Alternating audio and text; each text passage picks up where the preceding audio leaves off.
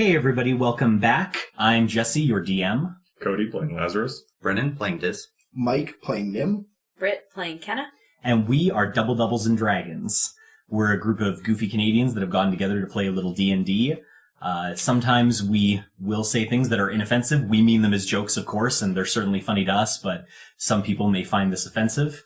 If you do, we apologize, but we don't want any hate mail about it. So just don't listen, okay? Let's jump right into the action. So we are obviously coming back from a pretty long break. So we'll do that quick introduction of everybody's characters. Does anybody want to go first? Actually, I guess I'll start. I'm Jesse. I'm the DM. I'll sound like a lot of different people. So there's not a whole lot for me to describe, unfortunately. Who wants to be the first one to talk about themselves and who they are? Sure. Okay. I'm Cody. I'm currently playing Lazarus, the Dragonborn Paladin of Eldath. I had to think of the name for a moment. It's been a while. It has been a while. Lazarus sounds like this. Is very blue, very heavy. Lazarus is generally passable. Tries not to get too much mucked up. Lawful neutral.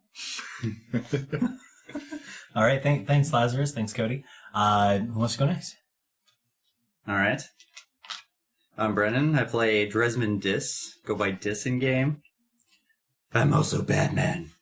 My parents are most likely dead. Follow a god whose name I can't quite remember right now. Miracle. And I have two weapons that I'm sure are working perfectly with this power. I like Nice. that that's all you remember, is you have a god you can't remember and two weapons of awesomeness. I Merkel? was looking through my notes and I couldn't No, find Merkel. Merkill. Isn't it Merkill? No, it's Mayor. Mayor. Are you trying to tell me that you know my god's name better than I do? You don't Yes. even know your god's name. Hey, I'm not going to get into this. Introductions. He can't remember the name, he Introductions. can't pray to him. Oh, now you know. no, I know him in my heart, not in my head. Kind of shit, do you think I'm going to let you get away Brennan with it? doesn't remember Dis's god's name. That doesn't mean that Dis doesn't remember his own god's name. That is a good Exactly. point. But can we be sure that Dis is Yeah, smarter than but Brennan? no PC is ever protected from their player stupidity. As you can see, we get off on things sometimes. But still, let's continue. So I guess next, my name's Mike. I'm currently playing Nim Namfoodle Knackle, who goes by Nim, but he isn't shy about sharing his full name. Nim is a gnome, age 16, about 3'6", red hair, so plain ginger, and he kind of sounds like this. It's like sort of a mouse with a little towely undertone, so yeah. Nim loves books, and he likes to go, oh boy! It's fantastic. All right. And he's of average looks. I think I should put in there. I don't know if everyone's been stating what they look like, but Lazarus is dashing. I think that Dresmond was also like average. Dis doesn't believe in numbers to appreciate his you were ugly as attractiveness. hell. You That's were why super you're ugly. Yeah, It was that's the racist. bloke. It's okay. He's Racism. super ugly, but he's got a really big. I gotta wear counts. Wow, it took Nice. literally Literally. 5 minutes into the recording to talk about Dis's dick. Yep. That's Can't talk great. about drow without Sorry. that. I didn't say any specifics. You just put it all in our head. Equally as guilty. Guilty. Okay. And with that, I am Brittany. I am currently. I like that I just waved to a microphone. I am currently playing Kenna Evanwood. She is a druid. We got a last name finally. Yes. It's Everyone else had their happened. last names. No, it's just been so long since I heard yours. Oh, yeah, I guess I always just say Kenna. She is a druid. She plays Way of the Shepherd. She kind of sounds British, but every now and then she goes a little bit Scottish or a little bit Australian. Not quite sure what happens there. I think I'm a little bit more Australian at the moment, possibly. And she's super incredibly attractive. We roll for attractiveness in our group, and she's a 20 out of 20. So, yeah. I really like that Britt did her like what her character actually is. Maybe everybody should just really quickly, or you did as well, Cody. So I mentioned Oh, yeah. I'm a dude. drow. that's right. But like, what class are you? Yeah, Dis? we didn't mention our classes. Should we just redo it? No, No, not at all. Not at all. This is all in a preamble. I don't redo things. This is our first recording, and this is just how these are going to go. It's Right. just whatever we get out there is what we get out there. Yeah, we're not going to care that much, please. Chaotic good. Drow. Hope nobody has a problem with that. Black. I mean, drow. Whoa. Heard that. Level 4 swashbuckler. Multi-class to a level 3. Battle master. Very dramatic. Thank you, Dis. And Nim is a neutral good wizard. Wizard 7. And that would be a divination wizard. So he knows things before they happen. And uses portent to bend luck. Divine powers. Which is really good, because the party has none. My portent has had no luck. Vote I of have not rolled. confidence. Vote of confidence. Like, how many portents have I rolled? And I have not None. crit, failed, or crit succeeded once. No, his The divination dream. magic mostly gives us like 7s to like 12s. Yeah. Nice middle of the field rolls. The dream is literally dead. Perfect. Perfect. I should also mention then that Kenna is neutral good because everyone else stated their. Perfect. And of course, what is the party name? Servant Turf. Oh boy. just in case that didn't come through with everybody doing it all at once. They are Surf and Turf. We're going to discuss a little bit about their history because it is we're coming back to the group after like a 2 to 3 month absence almost. So I think it'd be good to talk about. I guess honestly, if you guys want to talk about just the beginning, and you don't have to go into a ton of detail, just kind of hit your main points of what you think is important for you to refresh each other on. In the beginning, there was Rock Lobster. It was a slave camp. About 100 people. Yep. It was on the coast. On the coast. And we... Grew up there. We've been there Yeah. for 10 years. Not all of us. Some of us have come from other slave camps, but the majority of us, 3 of the 4, have spent the entire 10 years in this one camp. Pretty much. Yes. Yeah, 'cause you were- Nim, Lazarus. Kenna, and Lazarus were pretty close friends before the escape. We got dreamed.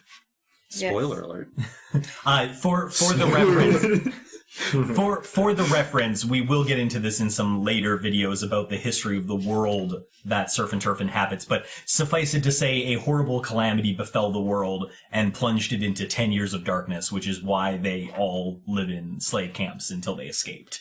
Just to give a tiny bit of 10 historical years context. of tenure So, like, induced. quick, like, We little have recap. We screwed escaped. everything up. We stole a ship. Sailed our asses out of there. Sailed our Following a asses dream. right out of there while Following a dream fireballs north. blew up other ships and docks and things. Yeah. I asked You're welcome. That was We Nim. found our way Fireworks. to a little slice of heaven, a little haven of sorts. As Lazarus was saying, from a dream. Yeah, from a Yeah, dream. we all had a shared dream about this. 2 old dudes. And we follow our dreams. God damn it. Remember, listeners, follow your dreams. No, literally, like whatever goes through your mind at night, just do that. That's how it works. That is fantastic How can you go wrong? advice. There best was, advice. well, I mean, like, so now we inhabit this like little secluded island that is safe from the rest of the evil in the world for the most part. I don't know if it's like Time. secluded anymore. There's quite a few people on it now. But it's Well, secluded don't jump from the ahead rest of of the- yourselves. it's Spoiler alert. secluded from the rest of Oh, the. sorry. I keep jumping too far ahead. So it was just the 4 of us on an island. Called Alarian time. And then, we started adventuring and finding people and bringing them back to our island. And now we have, like, quite a few people there. Quite a few now. Quite a few now. We have a separate group that's just happening with us. Yep. There's been some big ants that we had to beat up and steal hearts of to protect island further. Out of More info context, will that be was given. Really, really useless. Yep. there was good reasons for all of their decisions. Yes. We hope. Plot reasons. Plot And reasons. Alarantine meant the shining light. Yeah. Oh, Notes thank coming you. in handy. It's always good when somebody whips out their notebook and just Yeah. reads like a random note I gave. I like that. Some of the people on our island, we have demon hunters, and then we got a Colonists? some colonists. Yes, Some useful people. they've had to rescue people because most people exist in slave camps, and they're kind of trying to restart civilization if they can. A lofty goal, to be sure, but... We kind of yada-yada'd the stair boss. Should we mention the stair boss? I feel like not mentioning... detail later on. at other times. Yeah, so I'm leaving pieces out. I'm just trying to give the... Okay, so this is the mention of the stair boss. Yes, that'll be a foreshadowing for you people out there. There was a stair boss, and it was difficult. Spoiler, it's called Lazarus's Fall. That's right. It does have an official title. All of our rivers also have titles on our island.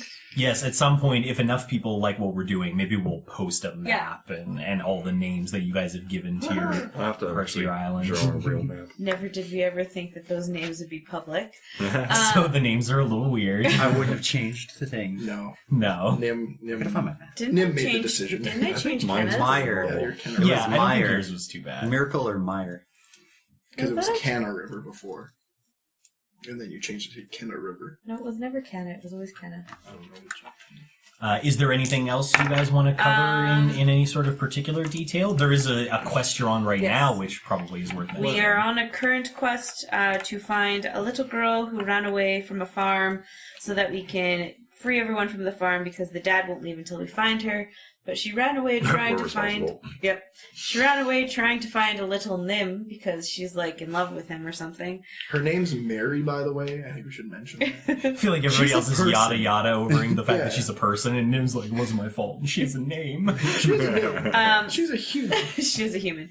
We were trying to track her. We have not successfully done so. And we were captured. We ended up going for an adventure through some spooky woods. Yeah, there was may have some- been a snake situation, but we'll skip over that one as well. Yes. Those can be detailed stories for later. Yeah. We got pulled underground. That's great. And then, we got captured, and now we are in a stronghold where we just finished competing for ranks in the military? Mercenary guild. Mercenary guild? Mercenary Mercenary. / Adventurers Guild. Yeah. And I can kind of pick it up there just a little bit and give them a brief. So basically the party of Surf and Turf was largely running under the impression, at least initially, that they were one of the only forces in the world that could kind of help recover the world, so to speak. However, they've learned about this stronghold and found out that it may be a bastion of civilization that they can join and perhaps partner up with or trade with, have some sort of political dealings with, who knows. So that's another reason for them to be there, and they're trying to make their way through it. They had just finished their trials, put through a bit of a boot camp by a Sergeant Strain, and they've basically been waiting for 3 months to find out how that worked out. So they're very excited. So we won't hold off any longer, and we'll get right into it. So I need from everybody a luck roll. Oh, no. I know it's everybody's favorite. Does It's it come everybody's down favorite. to a freaking luck roll? Someone's gonna have to help me. It's an 11. It's an 11. Oh, that's You're sad. over average. I'm sad. It's an You're 11. above average. All right. Oh, I'm lucky. All right. We never fucked up. Yep. Okay. Actually, I don't. Did we just finish a long rest? Yes, we would have. If you want to do your portents, do you still have your also have cards to for pull your fortune card. telling? Oh yeah, I do have to pull a card. Yeah, Yeah. maybe Some of the we'll things we take a haven't moment. seen We'll let you ages. catch up with that. Okay, I'll do my portent first. Sure. While he's doing that, usually we do rolls just around the table, so I'll each ask one of them, or I'll ask each one of them individually. So just you'll hear a bunch of numbers when we roll usually.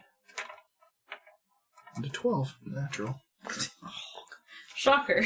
Shocker. Right in the range. A nice portent right in the middle of the field, almost Right completely where it's useless. like- No, I got a 5 though, so the 5. Okay, no, a 5 is good. A 5 We've is never good. actually gotten a high roll, though. We've never been able to be like, yeah, you automatically succeed. It'd be great if somebody could just hand dis a crit, Yeah. but it's just never okay. happened.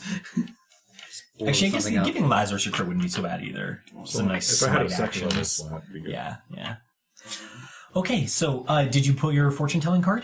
I did not do that yet. Quick thing for that. So outside of the portent, we do have a Mike as Nim pull a fortune card for the session to just give a goofy indication of maybe how the session will go. Sometimes I follow it, sometimes I ignore it. Okay. Most of the time I ignore it. So today's card is Serena. I am the angel of abundance. You will receive the money that you need, and God is in charge of how that will happen. Have faith. Oh, thanks, God. So our ranks are right. gonna go well. Come, my children, have faith in me, and I will bring you the justice you deserve. So I don't believe that. No, Depends on what kind of we're justice you getting deserve. Okay, so luck rolls, please. We'll start with Cody. 11. Okay. 17. 5. 18. Okay, so Kenna, you wake up first, and you are in unfamiliar surroundings. Shocker. As you wake up, you realize you are tucked into a comfy bed. It's honestly probably one of the first times you felt a really comfy bed in a long time. It is made of down feather. It is very comfortable. As you kind of flutter your eyes open and look around the room, it's not an overly fancy furnished room, but it has been furnished well. It's been furnished to be functional. It appears to just be a small room. There's your bed. There's a dresser across the way, a little space for you to walk in between, and then a door. And there's not much else. There's no window in your room, but you can hear the sounds, the low sounds of activity through the walls. I don't think she'd be very happy about no window in her room. I don't know. The walls and floors are made of wood. It doesn't really seem to be a cell, at least not from your initial impression as you wake up. But we will begin with that. Yeah, what do you want to do? Guess I'll get up and explore my room. Okay. What are you looking for in your room? I want to open the drawers and see if there's anything inside them. Sure. Give an investigation check. 17. Okay. So you pop the drawers open, and it's all your stuff. Somebody has taken the time to lay out your things in these drawers. Maybe a bit of an invasion of privacy, but it's been laid out very nice. I don't think there was anything too private in there. Well, that's all right then. Am I clothed? You are clothed, but you are in sleepwear that you don't recognize. Interesting. Yeah. Then I would like to change into my normal everyday wear. Certainly. What was your roll, Dis? You were very 17. close to Kenna. Okay, we'll get to you very shortly. Actually, we'll get to you right now before you do anything else in the room. So, Dis, you wake up in a very similar environment to Kenna. Nice soft bed, a dresser across the way.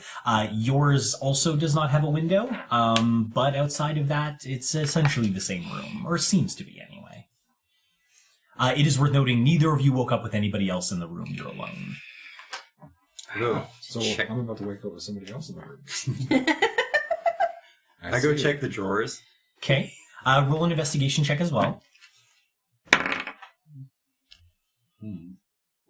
14. Okay.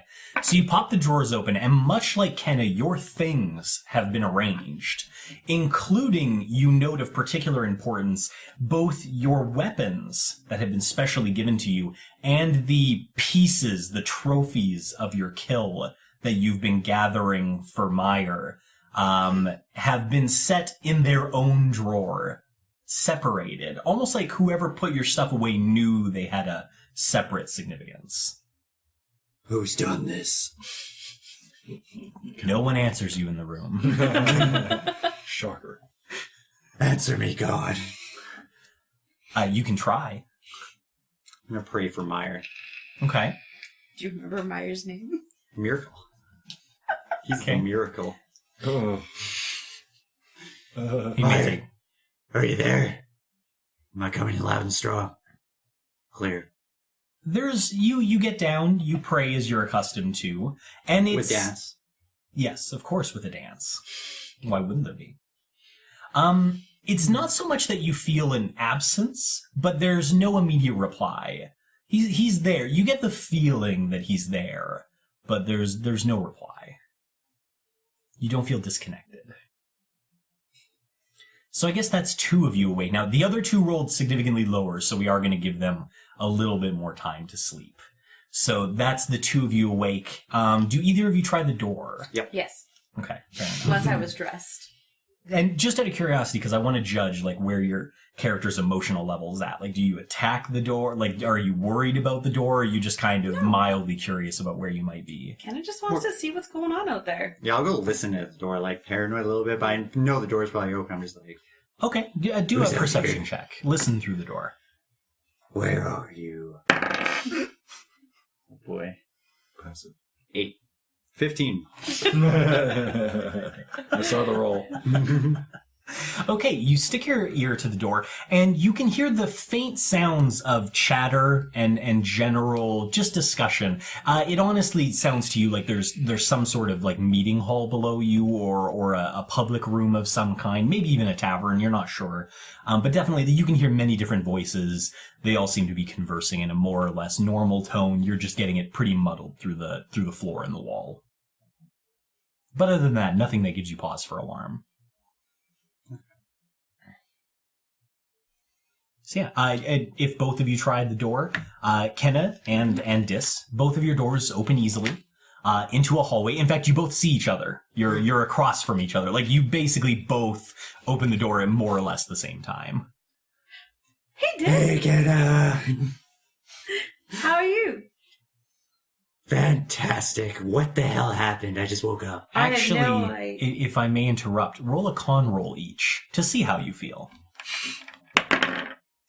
Just kidding, I'm hungover. I feel terrible. 9? 9? I mean, you say it, but you really do. You kind of feel like somebody may be coming off of whatever the D&D equivalent of a roofie is. They spiked our drinks. Yeah, you definitely feel you're a little foggy up top. Not enough to inhibit your function, but definitely you feel a little, your stomach's not quite right and your head's not quite right. It was the guy in chainmail. You didn't even talk to the man in chainmail. How would you have any idea if that was what it was happening? He had a look the whole time that said, I'm going to poison you. I disagree. I think that he looked absolutely lovely. There's nothing wrong with him. Yeah, but how good is your perception? Better than yours. Fair point. But you didn't see the way he looked at our party. He was like, I'm going to kill these guys. I'm pretty sure I did, because you kept pointing out to everyone to look at the guy in chainmail. He was hiding it. He knew I saw. He was trying to allay suspicion. Was your bed as comfortable as my bed? I had the bed was so comfortable. I didn't even, really know. I was just like kind of freaked out, and I was like, oh, my stuff's here. This is awesome. Speaking of which, that's a good point. Dis didn't evaluate his clothing. He is also in night garb, but not his own. He's in a loose fitting trouser and shirt combination. this is a new look for you. I had clothes on. I've seen hot pants, no pants. Haven't seen bedtime wear. Dis does become naked at an alarming rate. Fully clothed is kind of weird. It's kind of restrictive. Not gonna lie. They're like the baggiest clothes. Like, Right. I'm gonna take off the shirt. and free your chest. There we go. All right, I feel free. Where have you seen Nim or Lazarus? No, you're the only person I've seen today. Just woke up. Do you want to go look for them, or? Do you want to get dressed first? I am dressed. Well, I mean, sure. So you are in a small hallway. There are several other doors. There's got to be at least 20 rooms on this floor. And to your left is a staircase that leads down. More sound is coming from that direction. And on the other side, there's just a door at the end. Like, there's one more room tacked on to the end of the hallway. I don't know where we're gonna find them. Should we go downstairs and check that out? Maybe we should just knock on these doors. Every single door. We were right What if we beside wake each up other? other people? You were across from each other. Across from each other? Like they could be right next to us. Okay, how about we knock on the doors, closest to us, but I'm not That's going past 4 there. doors. Mm-hmm. Okay. Okay. But what if we wake someone up? We're just like, oh, our bad. We were roofied. I mean, it's basically what happened. I don't think that's a good thing to say, considering we're in a new place where we don't know anything, and you're half naked, and... Yes. Drowware. Would it be... I guess, you do the knocking, I'll do the talking? Sure, that works. Okay. Are you guys sure they're in a room? What if they're already waking downstairs? That's what I was saying. That's why I said we should go downstairs. Do you think they're actually going to wake up before us? I mean, Have you met Nim? Yeah, If there's the idea of a book around, he has not been asleep yet. that's a good point. I don't really know him that well. Nim, Other can than you make a adventures. con save for me real quick? Nope, I can't. What was it? My con's not terrible, but that's only an 8. I mean, you could use your portent. It would make it that much better. 12? Yeah, that's Okay. I already rolled. You have to use port before you roll. Fair enough, fair enough. So, at the mentioning out in the hallway of a book, Nim's eyes in his room flutter slightly, but it's not enough to wake him from his stupor. I mean, you're right. I guess he could be downstairs. He does love books. We can check there. Let's go check downstairs. Or one of us could check down there and the other one knocks up here. Do you think it's a good idea to split up in a new place where we don't know anything, where you don't even have your weapons? Well, I mean, the chainmail guy doesn't know where we are yet, I'm How do you assuming. know that? What if he's in that door right So there you're beside on you? board with him being suspicious. I knew not. it. I am not at Together all. we will stop him. They don't believe the Dis- danger. There's nothing wrong with chainmail, man. Just because his armor is nicer than yours does not mean that you should think he's going to kill you. He said, I'm not jealous of him. He's You jealous are. of me, alright? He saw my weapons. Oh my Lanta. So back on to the topic at hand. I think I can knock on all these doors. Fine, just knock on doors. I'll stand here. Like, I'll just make friends with anybody that pops out. It'll be fine. Okay, you might intimidate someone though. You're awfully naked. Okay. We're gonna make some other comment. I'm okay with that. Just go up and knock on the door. Okay, so you have, obviously the two of you were directly across from each other. That gives you the door to the left and right of your door, and the door to the left and right of Kenna's So door. I'm looking at Kenna right now. I just Yeah. want to immediately turn to my right and knock on the door that's right there. You just bash on the wall. Yeah, just like turn around, just hit the wall. And I mean, like, just out of curiosity, like, how hard are we banging? Phrasing. That was loud as fuck. Yeah, I mean, okay. Yes, it was. We apologize to headphone users. We will drop. We'll drop that down a little. Okay, so I need Nim. I need you to make a con save again. Come on, wake up. Wake up. Wake up, wake up. Grab a Oh, that's a lot better. Makeup. 19. Okay, so Nim was having a wonderful dream about books. Maybe tastefully erotic, but we won't get into that. And all of a sudden, there's just this loud banging sound, and you shoot right up to a sitting position. 50 Shades of No. So as I sit up, Nim just goes, books! Books! Oh my god, books! There are no books in your room, Nim. I'm sorry. Unfortunately, your room is much the same as theirs. Nim immediately searches the room for books. Like, even after the loud bang, you're just like, gotta get those books! Well, I'm sure that he's yelling books loud enough that That's true. This probably That's just true. hears books, and then he just hears, like, drawers sliding in and out. Yeah, I mean, the doors aren't like Fort Knox thick. Like, I'm sure he hears I mean, that. they'd So be solid wood doors, so... yeah, I mean, but like, super... but this is a pretty sharp guy. I'm sure he hears that. Okay. I heard him.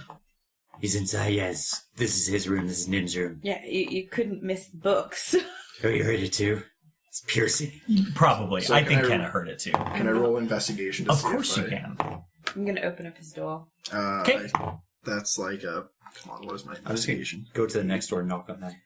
Which next door? Opposite of him. So beside Kenna now. And Okay, then okay. 23 for the investigation. Okay, so Nim is frantically searching his room for books. He finds all of his belongings, much as the rest of you have found them, but no books that aren't ones he perhaps already owns. Just the same as the rest of you have found. Okay. During all that, I think Nim frantically also threw on his clothes and took his spell focus for sure, and spellbook. That seems certainly fair. Probably during the getting dressed part, I'm sure Kenna opened the door, because that's just the luck Kenna has. Well, I mean, Kenna's seen... I've seen him. all It's of true. it. It's true. That's true. You We've walked around only naked lived for a while. together. Yeah, I That's true. walked around Yeah. naked for a long time Yes. in It's anticipation of acid ants. a very free campaign, is what we're trying to say. Okay, so you guys have you have gone into Nim's room, and you're, we'll get to that in a very bare moment. In the meantime, Dis has confidently strut over to the door that would be opposite Nim's room and has banged on the door quite loudly. Same. But he has gotten no reply there. I just go to the next door and bang on that. So I'm just going, I'm going Kenna's- diagonal back. I'm just going like... Oh, okay, diagonally back. Yeah. So back towards your side again. I'll try that one. Okay. In the meantime, Kenna, you walk in on Nim as he's finishing changing.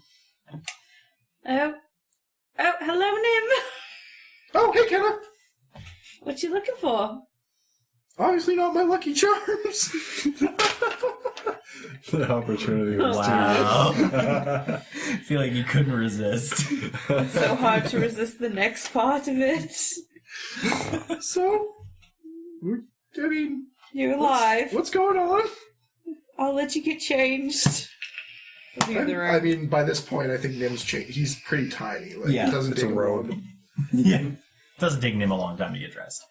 In the meantime, Dis has switched, and I will need a con save from Lazarus, the big lizard. The big lizard rolled a 13.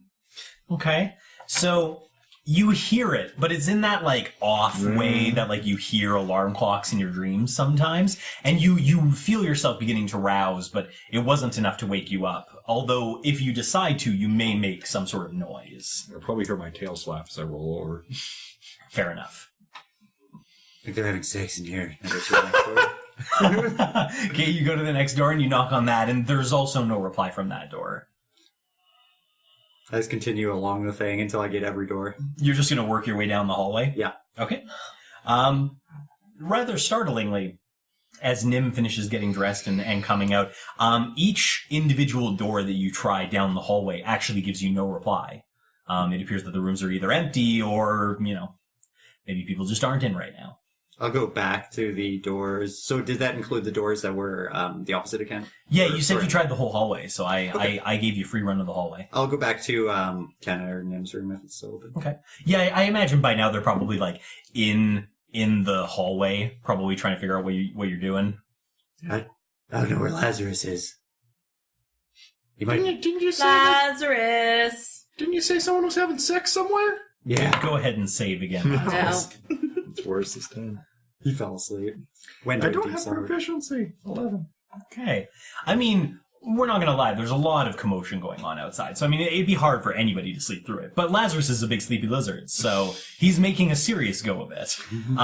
But nonetheless, you do feel yourself being slowly pulled out. Maybe he moves around again. You'd probably hear it. He's a big lizard rolling around on a bed. I mean, it's not Was the there any quietest thing ever. walking? There obviously was no walking. They're going at it really hard. No, certainly not. Who's they? There's the people next door. They're having sex. When in I there. Why do you Your think it's lizard people having groans. sex? There's just some slapping in there. I'm gonna go ahead What and about a open giant Lazarus' tail? door. Okay. You're onto Nim just something. reaches up and pops the door open, and sure enough, there is a lizard. Just But he's sprawled out of the bed. he's sprawled out, the tail is off the bed onto the floor. Well, he and- is huge. Yeah, don't get me wrong, it appears that whoever put him in there made a concerted effort to fit him in the bed, but he's a big lizard and it wasn't perfect. But yeah, he's just, the sheet is tastefully draped across his nether regions. He doesn't As have it nether appears, we're not getting into that. We'll make a special side video about that. But yes, unfortunately, it looks like they couldn't Detail. find sleepwear big enough for the adorable Dragonborn. So he just has a sheet tastefully blocking the important bits, and aside from that, appears to be nude. Nim is going to, while he's still asleep, tear through his drawers and it's looking for books, but also looking for his stuff to cover his lizard bits. Okay, fair enough. Go ahead and roll your investigation. Kenna's gonna wake Lazarus up. Okay. That's 14 investigation. Okay, and I need an athletics roll from Kenna. Give him a big shake. I'm going to stand guard at the door for chain look at movement. that. Okay, that sounds fair. 17. Okay. She's super athletic all of a sudden. So Nim gives the drawers a good, thorough searching, looking for books. He finds none. Lazarus was not a big reader. but I find all his stuff. Yes, his stuff is present. So I kind of just like huck it behind me, like trying to pile it in the middle of the room, like in a pile. So that he'll have his clothes when he wants them. Exactly, so he knows they're there. That seems fair. In the meantime, Kenna just grabs Lazarus by the shoulders, his wide shoulders, and she gives him a hell of a shake. Lazarus, wake up, wake up, wake up. Now, we will have Lazarus do another con save, but with advantage. Kenna's given it her all. Now one. That wasn't Advantage, that one. fuck you. Now one. No, Didn't 4-2. Double one. That would have been amazing. Just Just if we 400 immediately. He's dead. Okay, yeah. I mean, at first it seems like maybe Lazarus won't wake up, but he does shake out of it. Morning, Kenna. Morning. Nim. I see. Yeah. Dis is guarding the door from the chainmail man. Going through all the drawers still. Nim's like, hey, Lazarus! Lazarus does not remember falling asleep here. I don't think any of us do. Nah, that would explain. Also, all of your stuff was nicely put into drawers, but I see Nim has gone through the trouble of undoing that. Well, no, I didn't take everything out. I just took his, like, armor and stuff out. I didn't just unload his drawers into the middle of the room, although that would have been... He'll need all of this. Speaking of which, those of you that have not con saved for how you feel this morning, please do that now. Oh, baby. Wow. Poor Lazzy. Just can't roll. All right, Lazarus. 7. Nim is feeling chipper, 22. All right, Nim's feeling good, which is weird because you would figure whatever chemical they used would take longer to get out of, but it's a magical chemical, so we'll just say it works in the reverse. Magical. So Nim feels great, which is mostly why he's been ransacking Lazarus's drawers, phrasing. In the meantime, Lazarus is feeling like a cold lizard warmed over, and it is awful. You probably feel pretty nauseous, even. A little dry mouth. Lay on hands myself for 5 to remove a condition. Ah, very good, very good. That paladin-ness coming into play. Now you feel fine. Yeah. I was thinking about lesser rest. Now you also Final feel walk chipper, off. but not as chipper as Nim. That's I feel separate normal, not level. chipper. Yeah. You feel average.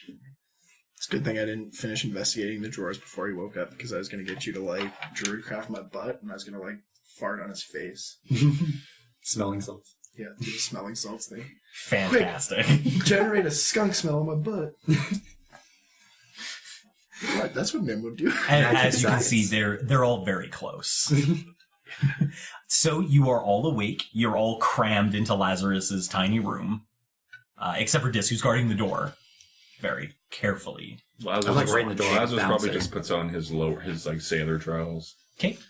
Well, Also going the shirtless route. I will leave He- the room. He is a sailor type, Yeah. so he's used to wearing that. I feel like Nim goes up to Dis, like, recognizing that he's, like, in defense mode. And Nim's kind of, like, gets his staff out, and he's like, what are we looking for? Chainmail guy. Could be anywhere. Chainmail guy. Yeah. You remember the guy who gave us a bad look? This is why we couldn't remember anything. Drugged us. Sure of it. I have no evidence. Nim just gets like way less alarmed. Nim just, like, kind of drops his staff. Not drops it, but, like, drops it to his side and, like... Well, that's not as exciting. We're waiting for a guy that gave you a funny look. Yeah, he could Alright, be so anywhere. suppose I kind of just like look around and like where's my hammer and my shield, He's a the big potential stuff. suspect. The big stuff that couldn't fit in the drawers has just been lightly leaned against the set of drawers. So the full bug plate and Yep. everything's there. Yeah, it's all been nicely put in the plate, because it couldn't lean, has just been nicely stacked in the corner on a chair. Yours is actually the only room that has a chair. Oh, nice. Is it like a lizard-sized chair, or do I not trust it? No, I'm afraid, much like the bed, every effort seems to have been made to accommodate your size, but not perfectly. Like, is it like It's- nice big legs? It's or? bigger than the average chair, but you still look at it with a little bit of trepidation. You're not 100% sure. which is a great way to start any adventure. Yeah. Breaking a chair. Falling through a Don't chair. chairs have to be like specially designed for Dragonborn? Because like a normal chair is gonna have like shit like this. And Unless where it- does your tail go? It's like back in the old day when they just had wooden backs that were open. It's really more of a stool. More of a stool. But yeah, so that's... Yeah. Where would you guys like to take it from here? I don't pick up any of the big stuff, just leave it there for now. Okay. You feel pretty safe leaving in the room? Does anybody need to gnome to make sure that their stuff's all in their room? I can go through it for you. I'm fine, thank you. Yeah. I mean, there could be books hidden amongst your stuff. There isn't, Nim. Are you I sure? went through my stuff this morning on my own. We will have a side talk about Nim and Kenna and books and the agitation that has caused. But for now, we'll leave it at they have a trust issue with each other when it comes to scrolls and books. We both just really love books. Kenna, which was your room? I just kind of want to double check your room. No, you don't need to check my It room. was the one opposite of mine there, I think. Oh, Dis! What's happening out here? They roll out. Investigation roll. to see- Lazarus just strides out into the hallway and Nim just leaps into another room. Yeah, I mean, unless Kenna does something to stop you, then yeah, you can roll investigation. I'm going to run in front of my door and lock it. Okay. Then we will have a straight-up athletics challenge. You're going to try to shove past her. And in the spirit of... Oh. I am too fast. Hang on. In the spirit of fairness, Kenna has the door frame to support her. So I think that's advantage. Okay, let's see. He's also very small. That is true. He is small, but it appears he's not. He's so quick. Nope, the dice decided for him. He's such a quick little gnome. Yeah. So what were the rolls He officially? wins. I'm flat 19 because I have 0 athletics. Wow, that's impressive. 5.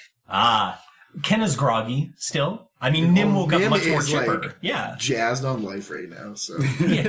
Nim almost woke up high. It's strange. We won't get into how the chemical Body work differently. It's metabolizes fine. that differently. So yeah, Nim Kenna tries to block. Nim bolts right under her legs and just slips right into her drawers.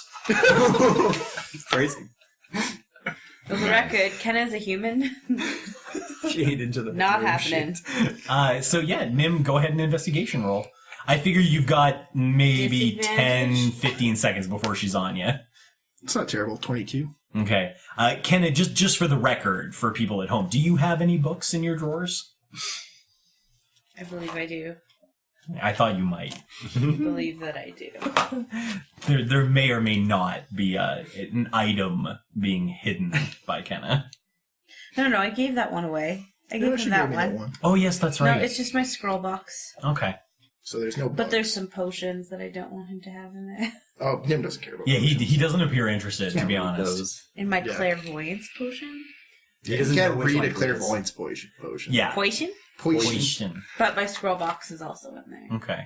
I mean, he probably pops that open. Like, I feel like Yeah. Nim, like, there's a chance there's a scroll inside. And he's all over that. But there isn't. So that's very disappointing for him. Just Kenna's diary thoughts. At which point, I do need Did you go through a diary? an athletics roll from Kenna, because I feel like there's a tackle coming. Do I roll? I feel like you're so focused on the drawers. Okay. Like honestly, I feel like she just That's tackled fair. you. So what was the roll? 13. It's not like, I mean, there's no NFL tackle here, but you're like, oh, a scroll case, and she just sidelines you. So I don't get like cross-checked into the board. No. Spins in the air and falls. Nim doesn't die. He just gets lightly checked to the floor. Okay. Yeah. I run up to the door since Don't they just look like through my stuff. No books. You're good. from the floor. Yeah. I just, as I saw like Nim take off, I just like run after him like, did you see the chainmail guy? And I'm looking in the room as they're doing this shit. And I'm like, hold on, we have to keep ourselves together. He could be attacking at any time. Who's attacking? The chainmail guy. The chainmail These guy. people seem like you're very not worried about this, and he's a big threat. Lazarus is not worried. Who's still in the hallway? This guy. I wouldn't have run all the way into the room. I'd be like, I need perception checks from both of you. he's coming. I saw him. Yeah, he's the one trying to pay attention. I don't give a shit. 10. Lazarus, 10. 21. Yeah, sorry, Lazarus was your passive. 14. Okay, so a little better, but like not great. And so Dis, you're like, the chainmail guy, he could be anywhere. And like, as you're looking around, like at the top of those stairs, there is a young woman standing at the top of the stairs. She's leaning lightly against the side of the hallway, and she's just casually watching you guys go through your rigmarole. She's got an apron on, and a bit of a smock. She's got business attire. Definitely seems to work in whatever building this is. Oh, there's somebody out here. Looks like they're waiting for us or watching us. Pop my head It's out. not the chainmail guy. I want Safe. Nim just kind of like straightens up his clothes and goes like walking out into the hall all super casual and just goes, "Yeah, come on guys, we better get downstairs." She just sort of, like, as you all look, she just sort of makes eye contact with you, and as you all kind of get her attention and her yours, she just gives you a quick, like, kind of, "why don't you come on downstairs" hand motion, and begins stepping down the stairs. Well then, shall we see what this is all about? Nim's already halfway down the stairs. He's staring at her butt.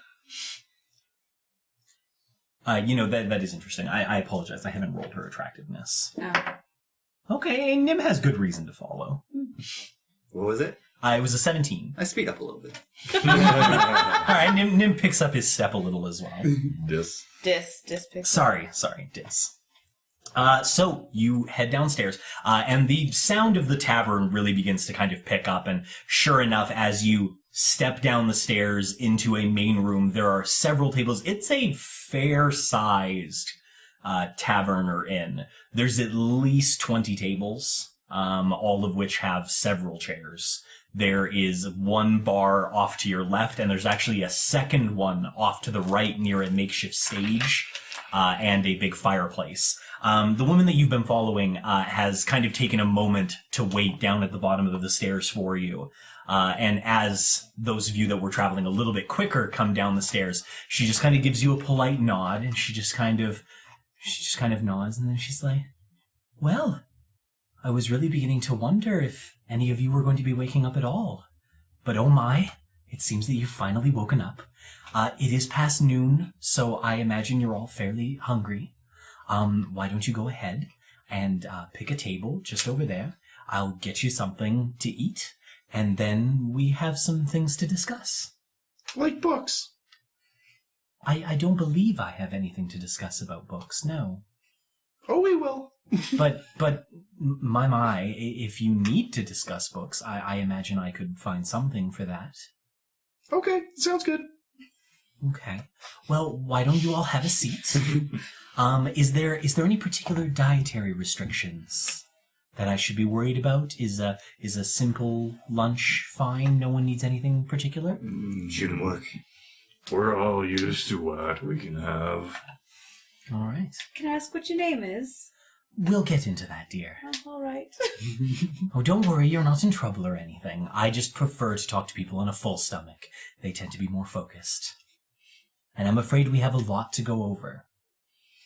Now, let Alrighty us then. get a table then. All right. I'll follow after you shortly. I had a question. Very well. Is there an alcohol rule? Can I not consume substances before a certain time? We are a tavern, so it'd be fairly silly of me to have a rule like that. All right. My apologies. I did forget. I would like to officially welcome you to the Apple Rum Tavern. Obviously the best tavern on the farming rung.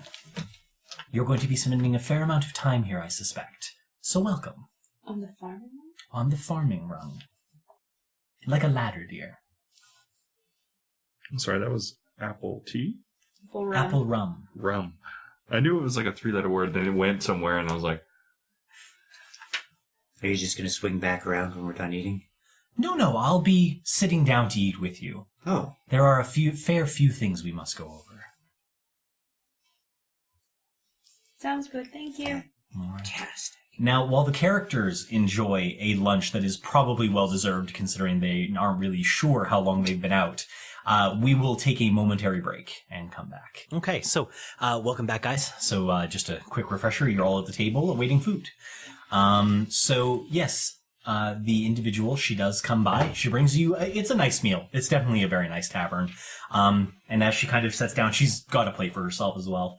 And she takes a seat and she goes, all right, well, oh my, where to start?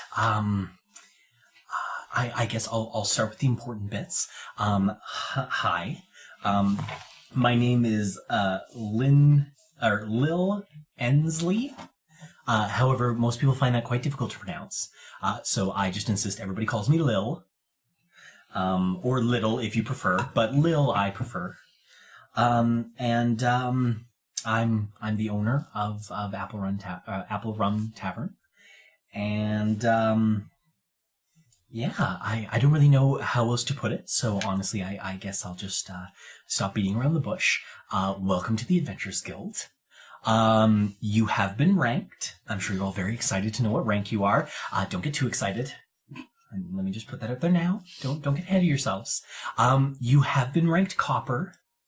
Is that like the best? I'm sorry. Oh my, it's really not. It is the lowest rank. However, before you all give me those looks, I have been cleared to bump you perhaps several ranks, depending on your initial performance. You all performed very well during the trials, but there was some questions about your affiliations outside of Stronghold and that sort of thing, and that's why you were placed at the lower rung. But don't feel too bad. That means you got me, and I'm pretty amazing, I think. Out of curiosity, where would we be ranked without these suspicions? For ego's sake. I'm really not privy to that information. Probably the highest, you'll right? just have to deal. Should you ever get the opportunity, you could always ask Sergeant Strain yourself. Maybe I will. But we are getting a little ahead of ourselves. So I think perhaps while you eat, oh my, yes, I think that would be a good place to start. We'll maybe just start with a little bit of the history of Stronghold itself. How much do you know about Stronghold? We've never met anybody from Stronghold, so I guess from the beginning. Okay, that seems fair. Going through a little bit of history might help you narrow down some of your questions. I'm sure you have plenty, and obviously I'm here to answer those. But we'll maybe begin with a slight story first, and I think that would be a good idea. So let me start with a little bit of brief history of Stronghold. We were founded when the Prophet was visited in a dream by 3 men who he believed was gods, and certainly, given the events of history, we have no reason to doubt that. And they told him that the end of the world was coming, which I'm sure a lot of people found really funny at the time, not so much now. But the Prophet, he is a wise man, and he took these warnings very seriously. And he wasted no time rounding up all of the wood elves that were in his area. And he began searching for other allies that he could make deals with to help make this sanctuary. It wasn't always easy, but he went to men, dwarves, the high elves, anybody that he could manage to get his hands on. And he went looking to try to make pacts with people. And he, as you can see, was quite successful. Through a couple of deals that he made with some very powerful mages, and even a very mysterious man who was rumored to walk with an army of iron behind him, they managed to create this little pocket dimension with which we now enjoy living. That is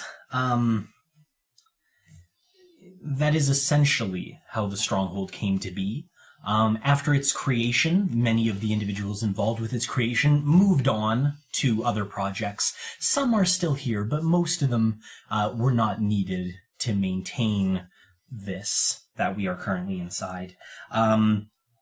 it was during this time as well that he met his queen and the government of Stronghold was created. We've been riding out the disaster here ever since.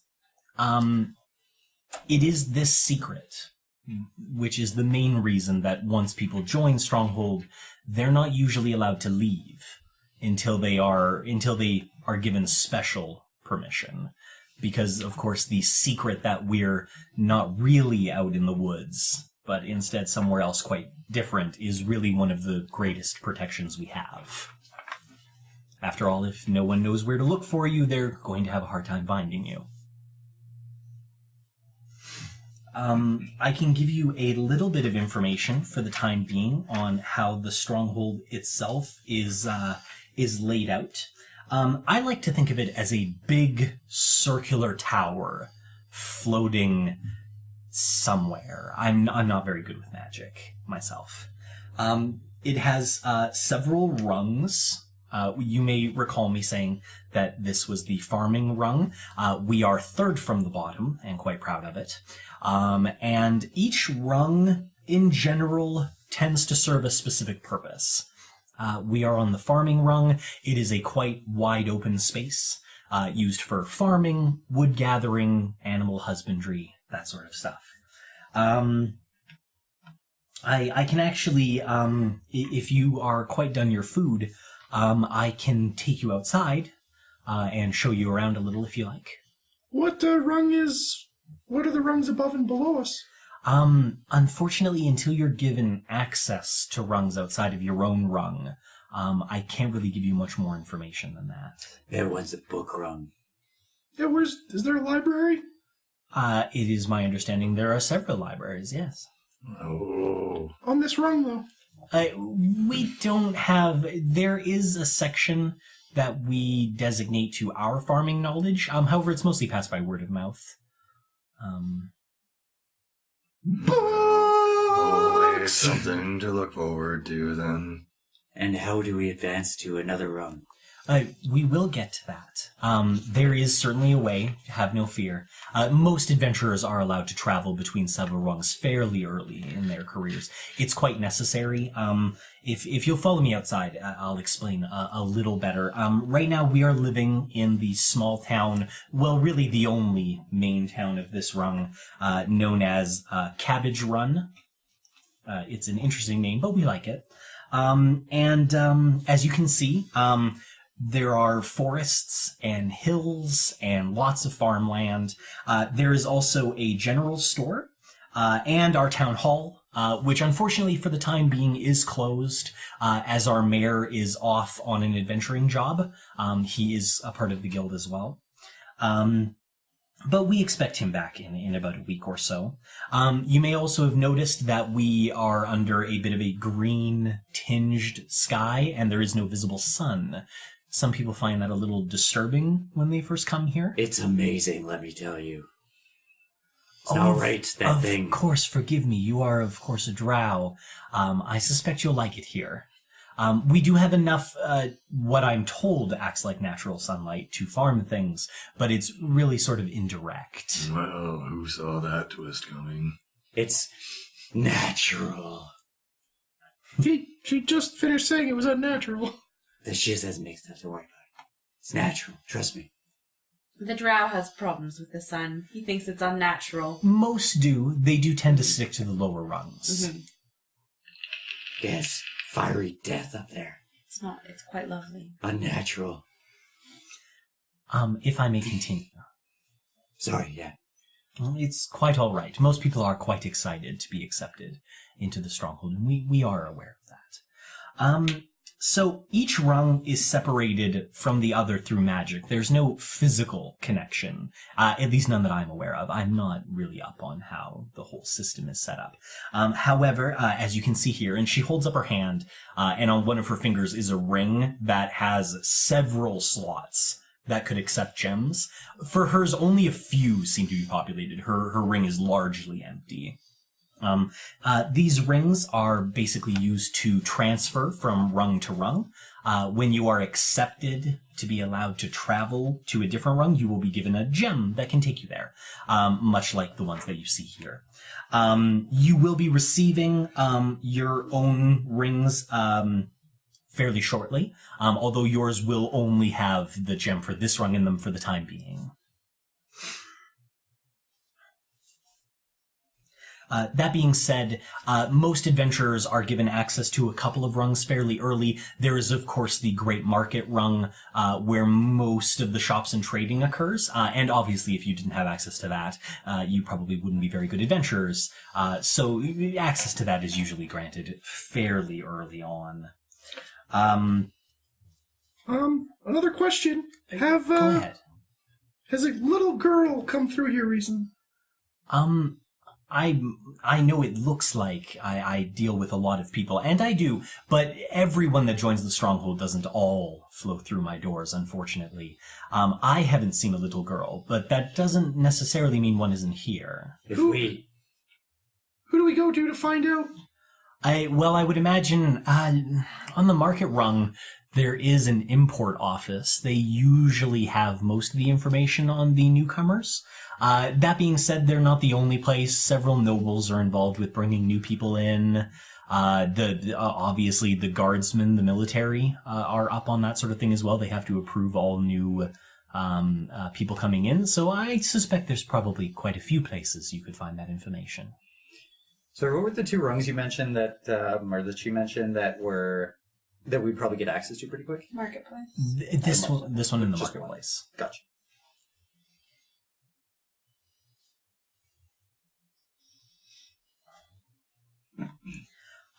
I guess a little bit more information about the ranks. Obviously, we've talked a little bit about that.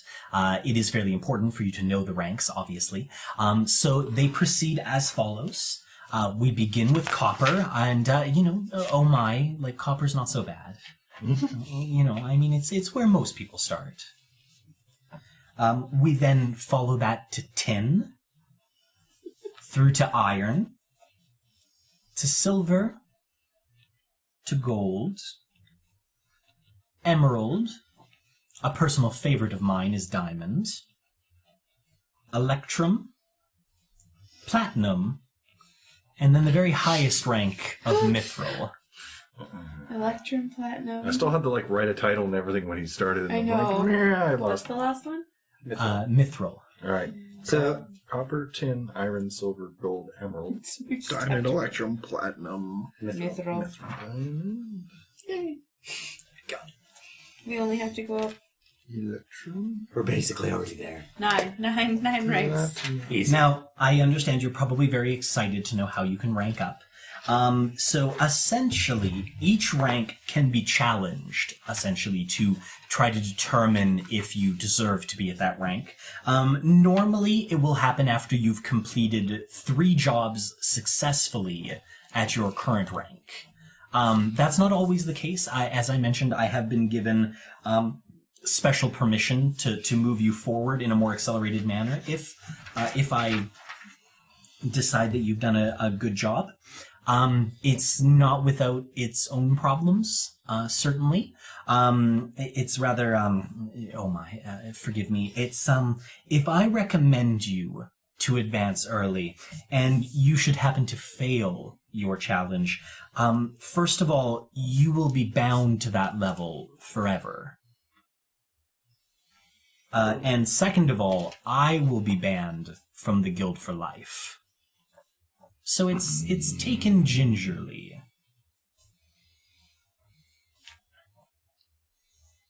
Now, challenges specifically tend to vary from level to level.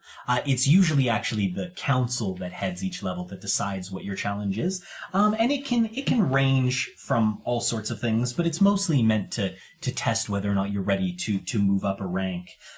Each rank means quite a bit for adventurers. It's usually more money. The jobs tend to get harder, but you are given more authority and obviously more freedom to move about as you wish.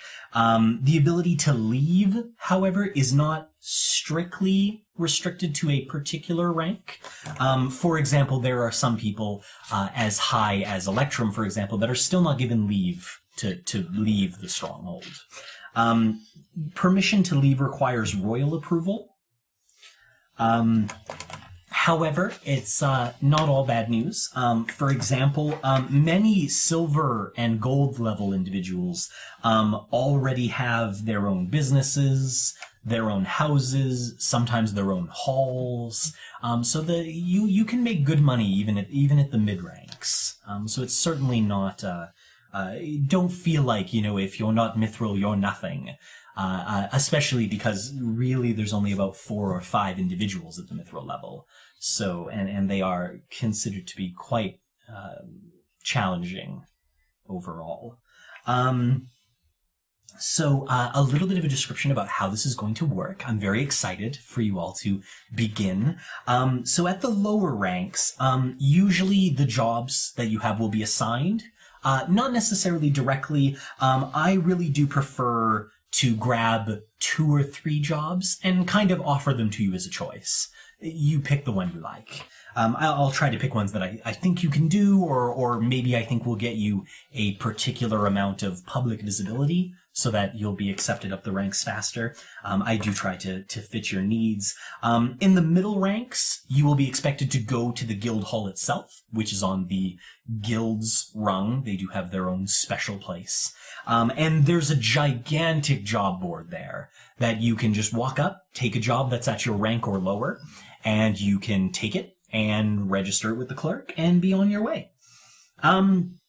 At the very high levels, most of the time jobs are brought to you again. Nobles and the like will come to you and they'll pitch a job to you. And then it will be your decision whether or not to take it. It does become sort of a fierce bidding war at that rank for the stronger individuals. When you're ready, I will more than happily bring you my first choices that I have for you for jobs. I will say you can take as many jobs as you like. You're absolutely not restricted to only taking one at a time. However, only jobs that you have completed successfully count. And jobs that you have either failed or are still in progress count as a -1 towards the total number of jobs you've finished.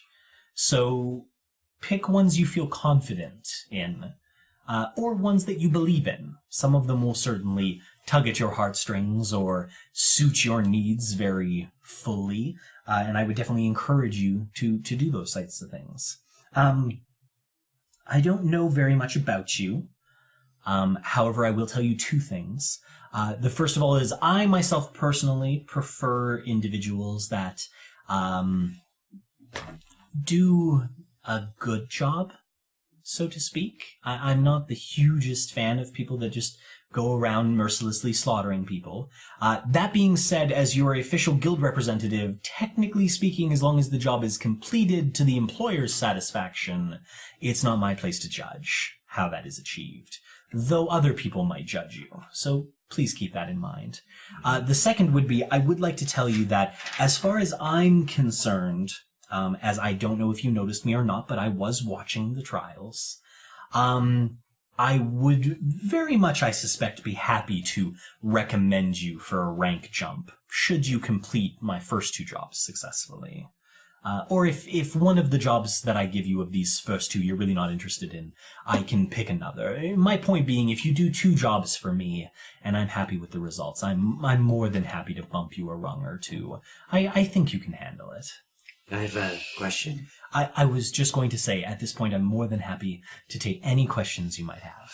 Yeah, I was wondering if we move up farther in the ranks, are you still going to be kind of our, liaison? So normally I stay at this level. However, certain individuals have taken a special interest in your group. So as such, I will be remaining with you more than likely for the duration of your journey. Don't worry. I've handled people of higher rank before, so don't feel like you're dealing with a country bumpkin. I can assure you, I can handle your needs. Oh, well, we are certainly country bumpkins here. Well, that's all right. Being able to admit it is certainly a powerful asset. Pride only gets you so far. Lazarus is still working on humor. It's gonna get me all the way to Mithril. So let me get this straight.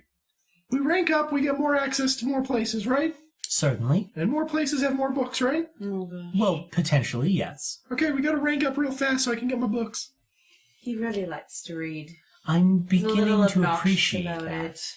I don't know if the search for knowledge is obnoxious. It is when you're trying to read the book too and he steals it out of your hands. Oh, I read fast. Now, if I want... Is it possible to meet the Prophet? well, I wouldn't say it's impossible. Although I have heard he has been in isolated prayer for several years now. Really? Yes, the Queen runs the show And for now. to get an audience with the Queen, what would that take? Well, I really wouldn't want to speak for the Queen herself, although I myself personally have never seen anyone below Diamond request an audience and be accepted for one. That being said, I'm not sure she specifically blocks anybody at the lower ranks. It's more just... you need a certain amount of... Usually around that rank, you'll begin dealing with the noble houses and that sort of thing, and you get more access to the types of circles that she travels in. That being said, she does on a fairly regular basis hold public executions, so if you would just like to see her, that's not usually as difficult. But talking to her would certainly be a challenge. All right. Thank you.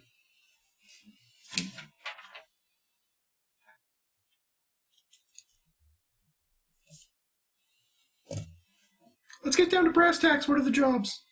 Well, now. Hold on, Nim. I really don't mean to be rude, but I do feel like I've dropped a fair amount of information on you, and he's quite ready to go, but does anyone else have any questions? Certainly. Where may this one tend to? Religious needs? Well, funny story there.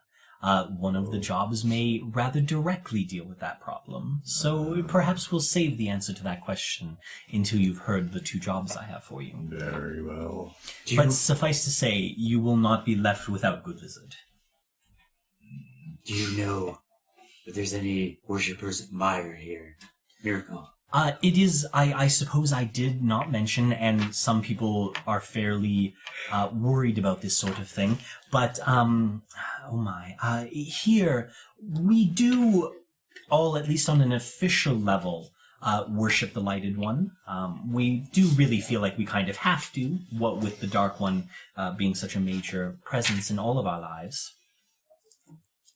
However, that being said, there has been no official decree that any other religious practice is against the rules.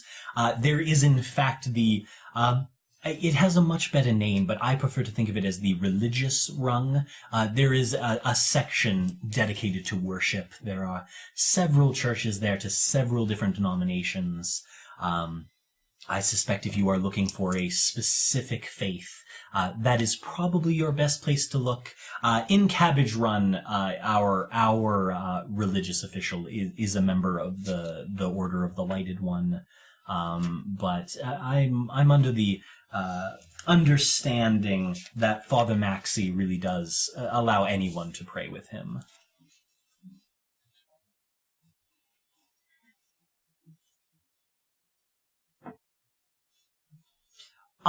I did, and apologize. I'm such a scatterbrain sometimes. We really must discuss how you prove a job has been completed. So for some jobs, this will be completely unnecessary. For example, if you're doing some sort of job where you just have to negotiate between people or talk to somebody or perform a job for a specific person where it's easy for them to categorize whether you finish the job or not, then all you need to do is perform the job to their satisfaction. However, if you are given a job of a darker nature, where something, it is not uncommon for people to be hired to take things, or to remove someone, or a creature, or creatures, that sort of thing. We really do require proof of death for those types of activities. And your specific employer either in writing or in person, will describe to you what they need to know the deed has been carried out. On a general level, we do have one more thing. The Stronghold itself was set up, as I mentioned, in this sort of pocket space for ourselves. We are not without native creatures of this realm every once in a while attempting to infiltrate our little slice of heaven. And as such, we do offer a bounty for monsters slain. Normally, bringing an item of the creature that you could not normally acquire without killing it is proof enough.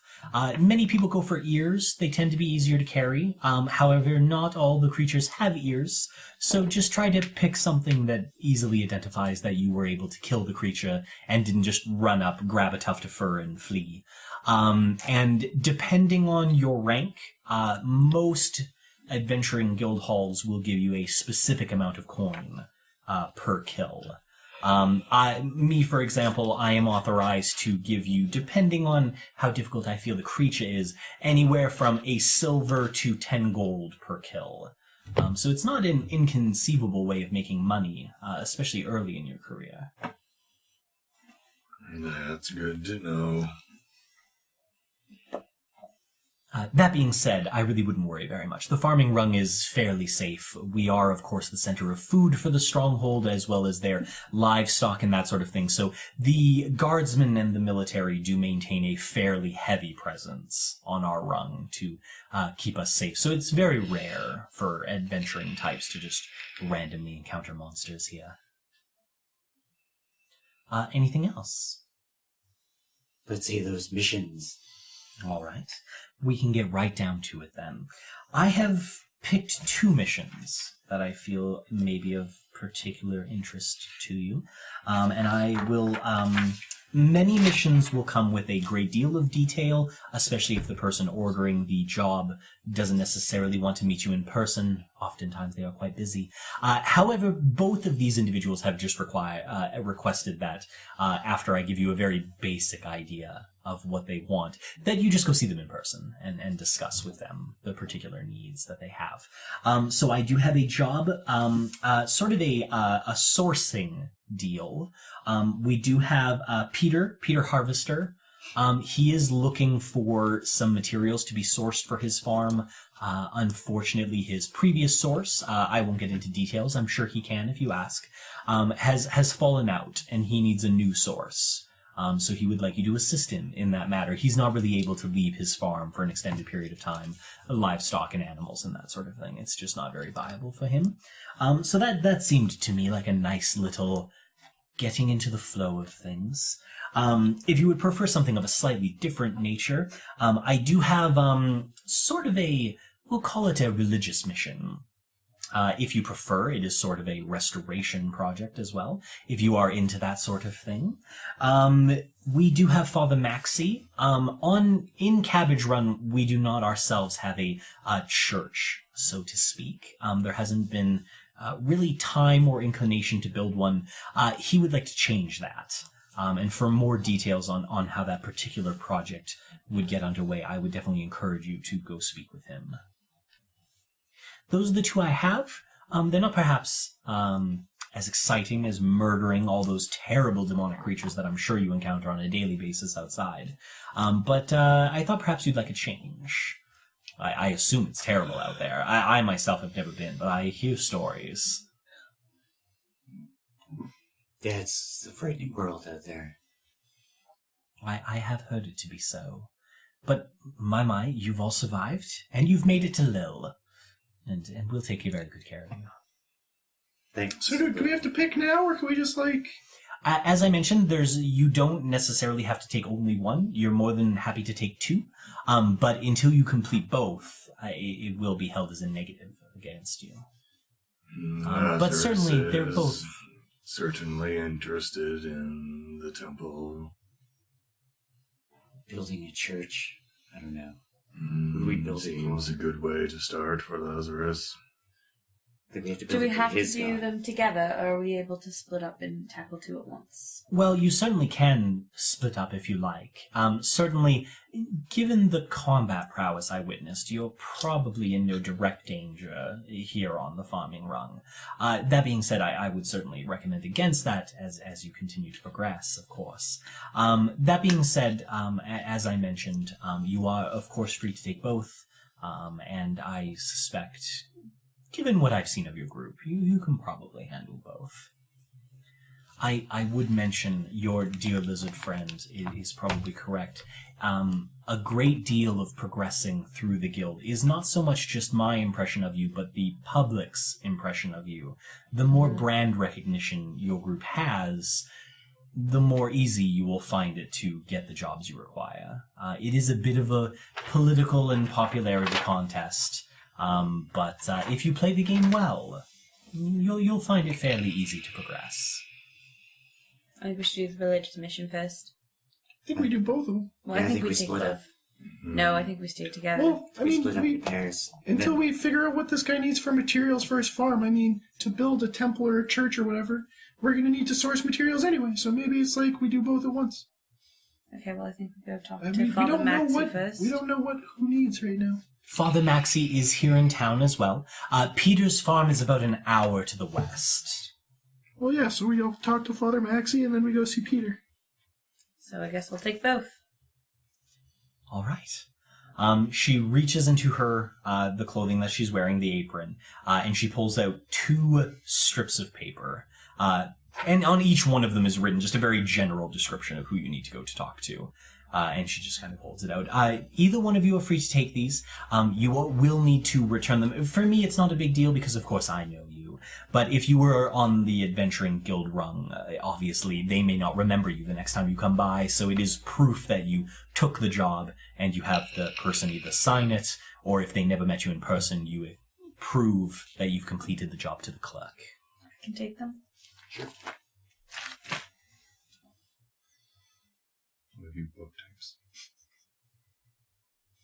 I don't have anywhere to hold it. I'm wearing only pants. I got dressed. I suppose I should mention, you are absolutely free and clear if you like to leave your things here. If you want to take them with you, I won't hold it against you. For the first week, I won't charge you room and board, because certainly I won't know if you're making any particular income yet. However, when you do begin charging income, you can either stay with me, and I promise I'll give you a good rate, or if you've already progressed plenty far, you can obviously stay at one of the finer establishments. I hold no illusion. My modest tavern, compared to some of the higher rungs, will certainly not hold you forever.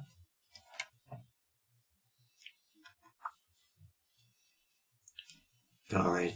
Thank you so much for all the information and for teaching us about the history of the Stronghold and such. Not at all. It was my pleasure. Thanks, Lil. Well, if you will be on your way, then I will return to my work. You may find me here anytime you need me.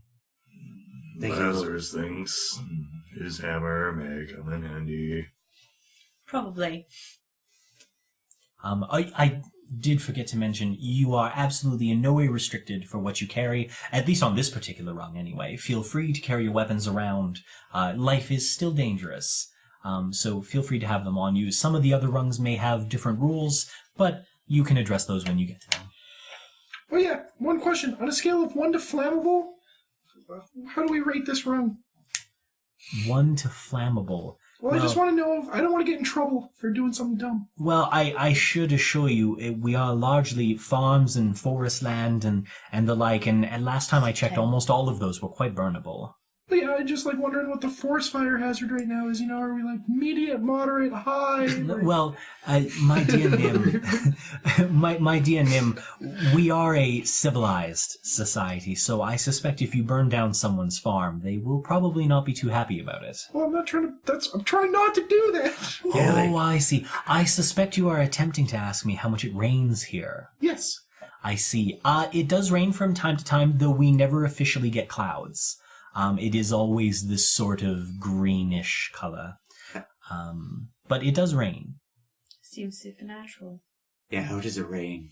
I'm not really sure the mechanics here. I'm afraid I can't really give you much information in that direction. I have heard it rumored that the rain doesn't actually originate here. It is just sort of brought in when it rains near where the outside entrance of the stronghold is. I bet it's sewage. But I'm honestly not sure. If it was sewage, there wouldn't be, like, the plants need water to survive. I can assure you, Master Dis, that it is not sewage. That is 2 rungs below us, so it would be quite difficult for it to rain here. Are we allowed to know what the lower rungs are? I do not believe there is any direct reason I can't tell you. The 2 rungs below us are fairly immaterial. There is the second from the bottom rung, simply known as the storage rung. It's almost just a gigantic storage space, really.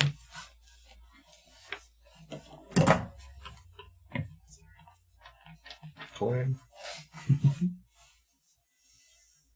Sewage run. And this shit. How many rungs are there? And of course, rung 1, as you may imagine, is the sewage and unmentionables rung.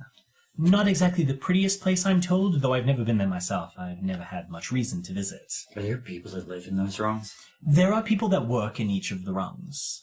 It is just that being said, as far as I've ever been told, I don't think the people that work the sewage rung literally live in the sewage. I think they probably live somewhere else and just make the travel each day. Must be a shitty job. This. Oh my. I can see you're going to be fantastic to work with.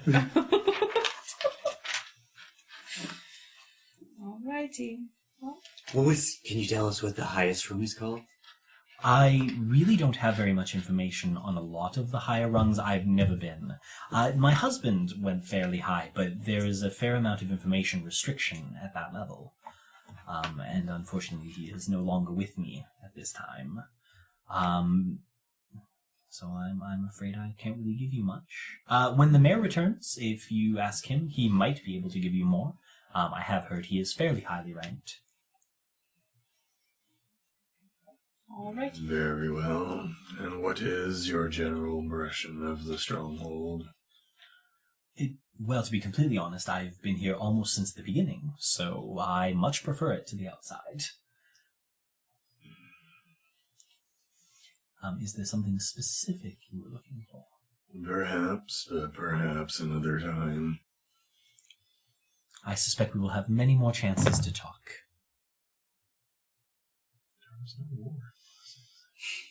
Are you still holding the strips of paper? No, I have them put away. Oh, you put them away. Yeah. In her bra. They're all boob sweaty now. My boobs are probably Boob money is not awful. sweaty. What? Yeah, what's the temperature like on this Boobs do not just constantly sweat. Give me a Constitution save. Actually, can I just I should druid pass over craft? the exhaustion. Absolutely. He just asked what the temperature was. Can I just check the weather? Yeah, actually. Go ahead. Oh, look at 22. what's the weather in the pocket Okay. dimension? So Yeah, first this of would be all, interesting. Dis. You feel fine. It really does feel like perhaps not quite a bright, sunny day. Although of course there That'd be does not unnatural. appear to be sun. But it is like it's warm. Like you feel a pleasant warmth to the day. It feels like a summer day to you. That being said, Kenna, when you attempt to gather the weather information, rather than giving you like a bright sun or a rainy cloud or a foggy day, it basically just gives you this jarbled greenish goo that kind of continuously moves for a little while, and then dissipates. We're gonna get gooed. It's foreshadowing. There's oozes for days. Acid in our future. No, that's how you lost all your last pieces of gear. Let's not play that game That again. doesn't sit very well with me. I want to go back. Mhm. Knowing this, I'm gonna go get dressed. I'm gonna need it.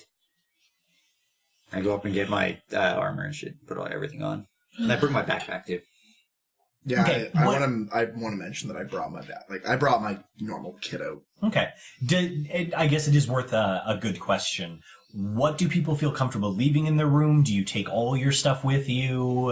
How is everybody's trust level, I think I would suppose? leave like my change of clothes and my change of armor because I Okay. have 2 sets. Yep. But I would take... But really, everything else needs to come with me.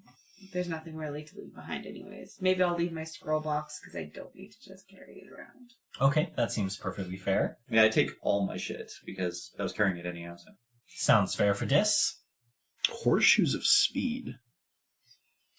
Nim is just casually going through his inventory to figure out what he's forgotten he has. What the hell are the horseshoes of speed? Horseshoes of speed. We're gonna put I them up feel our like the ass item whenever is we pretty fight. self-explanatory.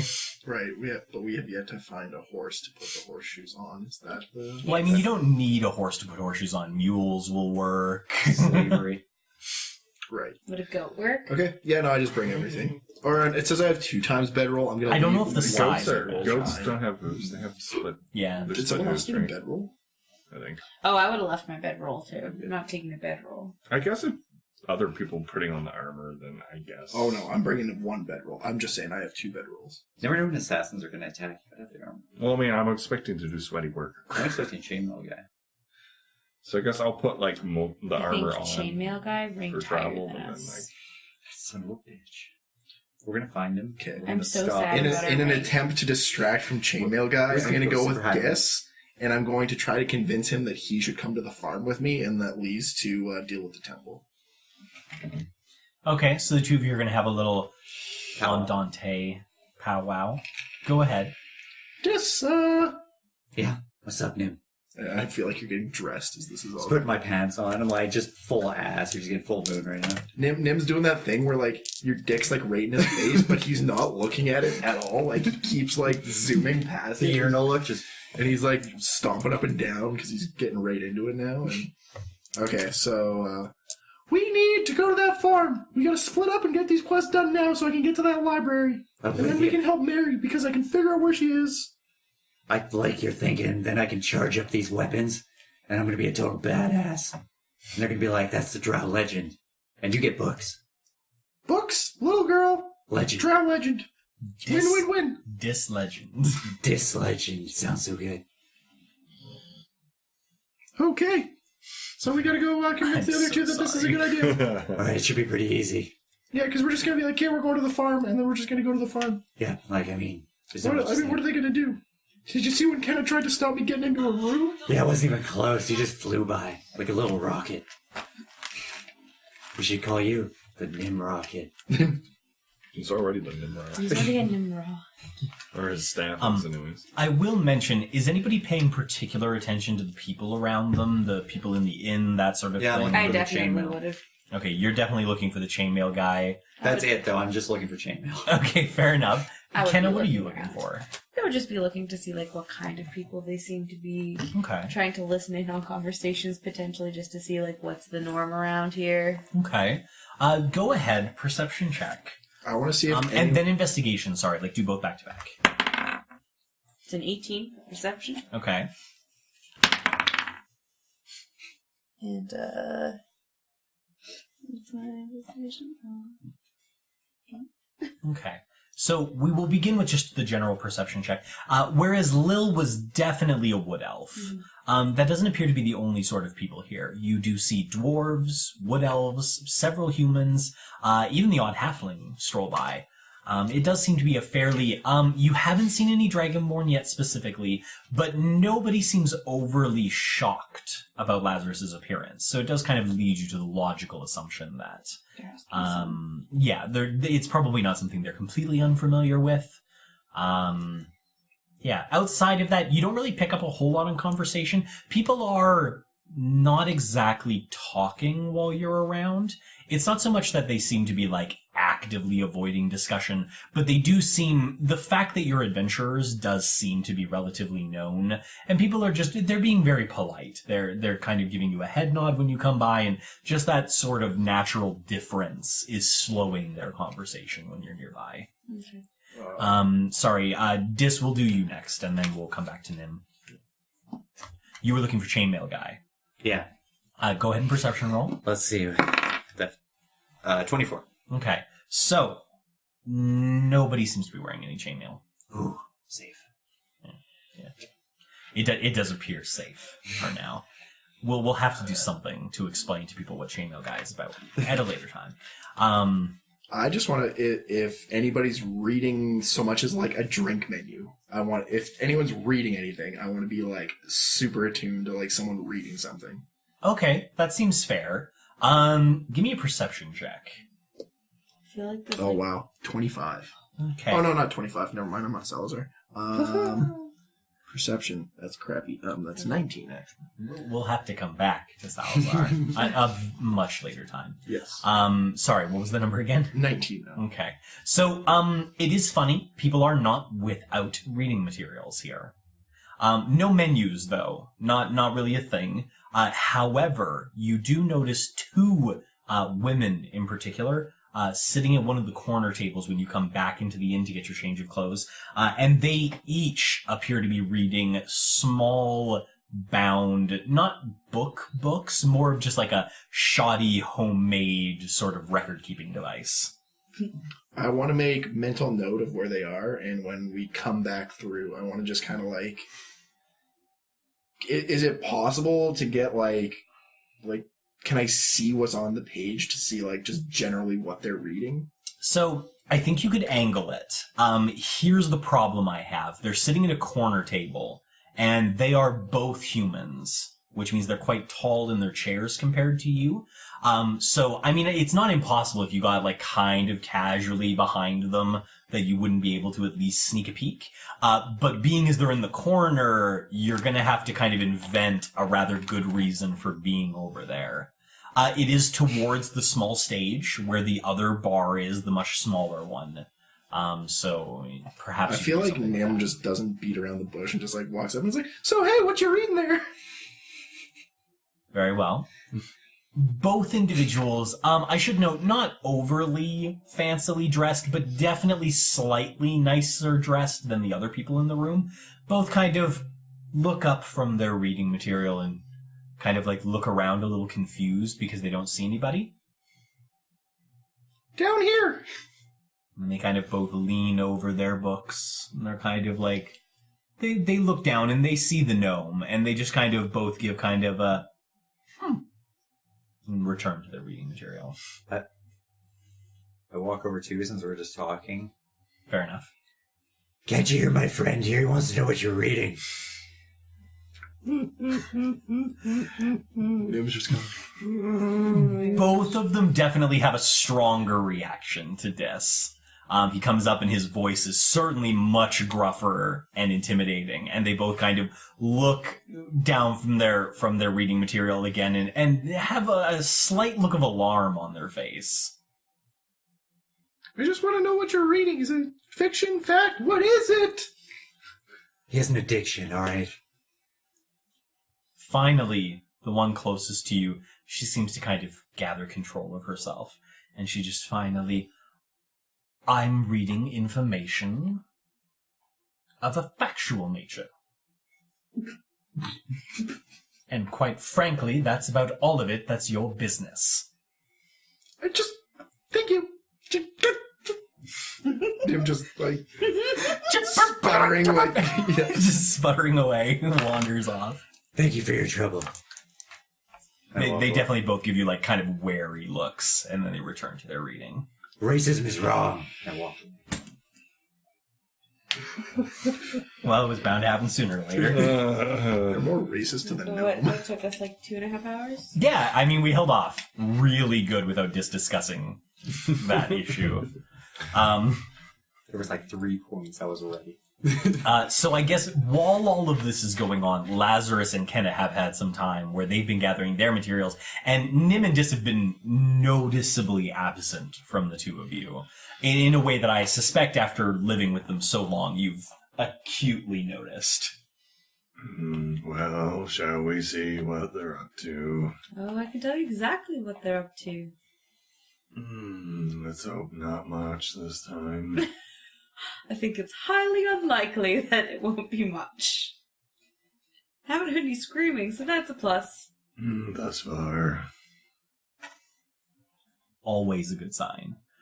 So I guess, where are you two, just in the main room at this point? Or do you go outside? I feel What like would you after to the do? whole book encounter, Nim just like walks out the front door and like waits out front.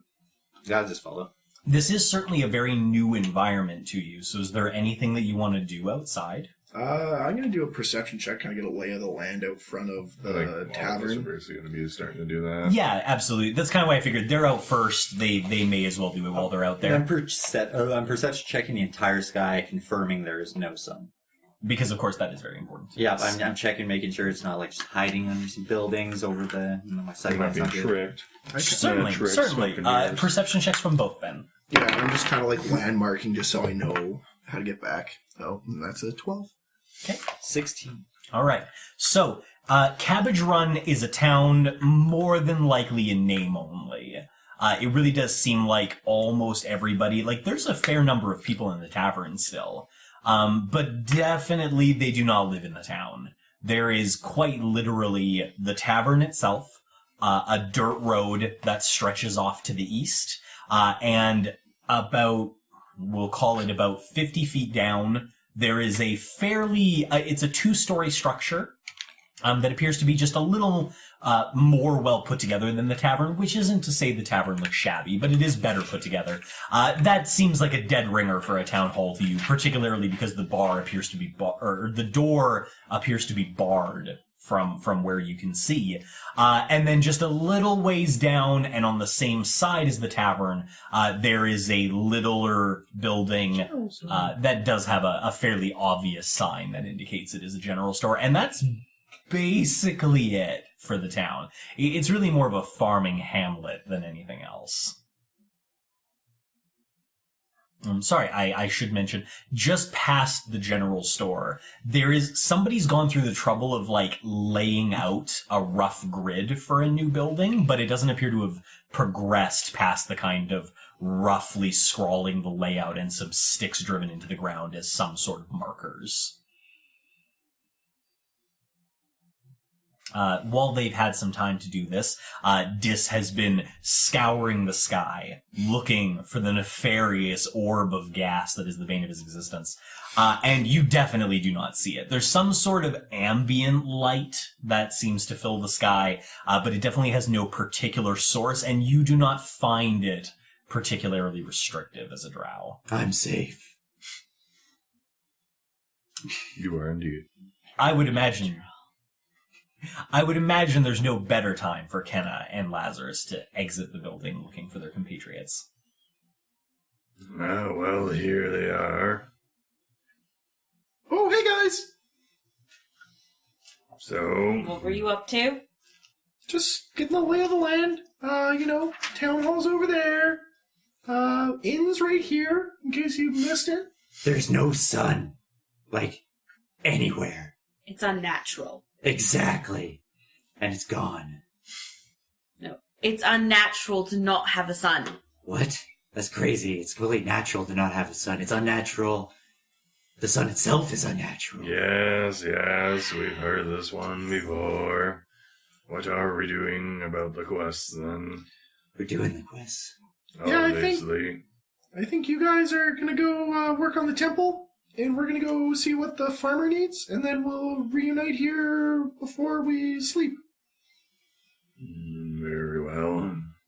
I suppose you'll need a slip of paper then. Who do you think would be the... Will you be able to give the slip of paper away, Nim? Nim's just like holding his hands in the air. He's like, me. Be honest, will you be able to give the slip of paper away? It's not a book, it's just a slip of paper. I mean, you can only... Once I read it once, it's worthless to me. So just would you like to hold on to the slip of paper? I mean... Nim just takes it, reads it, then hands it to Dis. How would you take it? I haven't taken it out of my stuff yet. That's Oh, I true. thought- like he is. That's true. Okay, I thought when you were doing this, I thought you were like holding it there. No. No, It's Kenna still in my boob. knows Nim better than that. Okay, Nim's still there, like, reaching for nothing. Like a toddler He's reaching like a for like hungry mommy's child. purse. Like me. He can read it. It should be fine. It's not a book. Don't give him a book. Unless, you're willing to give it to him for good. There's no way he's giving that up. I'm aware. Guess I'll hand him this slip of paper. All right, you hand him the paper. I inspect it and read it. I assume it just says It's basically a general description of what I've And already it says provided go, you. what was it, hour west? That's for the farm, yes. An hour west. That's what I thought it was. The secret message didn't even scroll to the bottom. Okay. I confirm it's... I take it and just put it in my backpack. Okay. So you'll be splitting up then. Yep, seems like. One heading an hour to the west. Well, two heading to an hour to the west. And I guess where then will Kenna and Salazar or Lazarus? Father Maxie, Okay. Yeah. like the pad, Where is Father Maxie? in the town. Maybe in the tavern. I don't know. Just asking how you will find him. Well, it seems we are going to have to ask further. Guess so. Go back into the tavern. After you, then. Every once in a while, the very basics of information is sometimes missed during a large To be information fair, load. we're like trying to go through questions, and two people were just like, "All right, quests." Yeah. Yeah, it's quite true. It's quite true. But that's fine. It doesn't seem like Lil's going anywhere. And then we sent the two off by themselves, because that sounds like a great It's idea. gonna be amusing now. That's because they got the information on the quests. That's right. It can't possibly work out any worse than it did a long time ago. It's the end of the world as we know it. Okay, I suppose the two of them will head off to the west. Just walking, I imagine?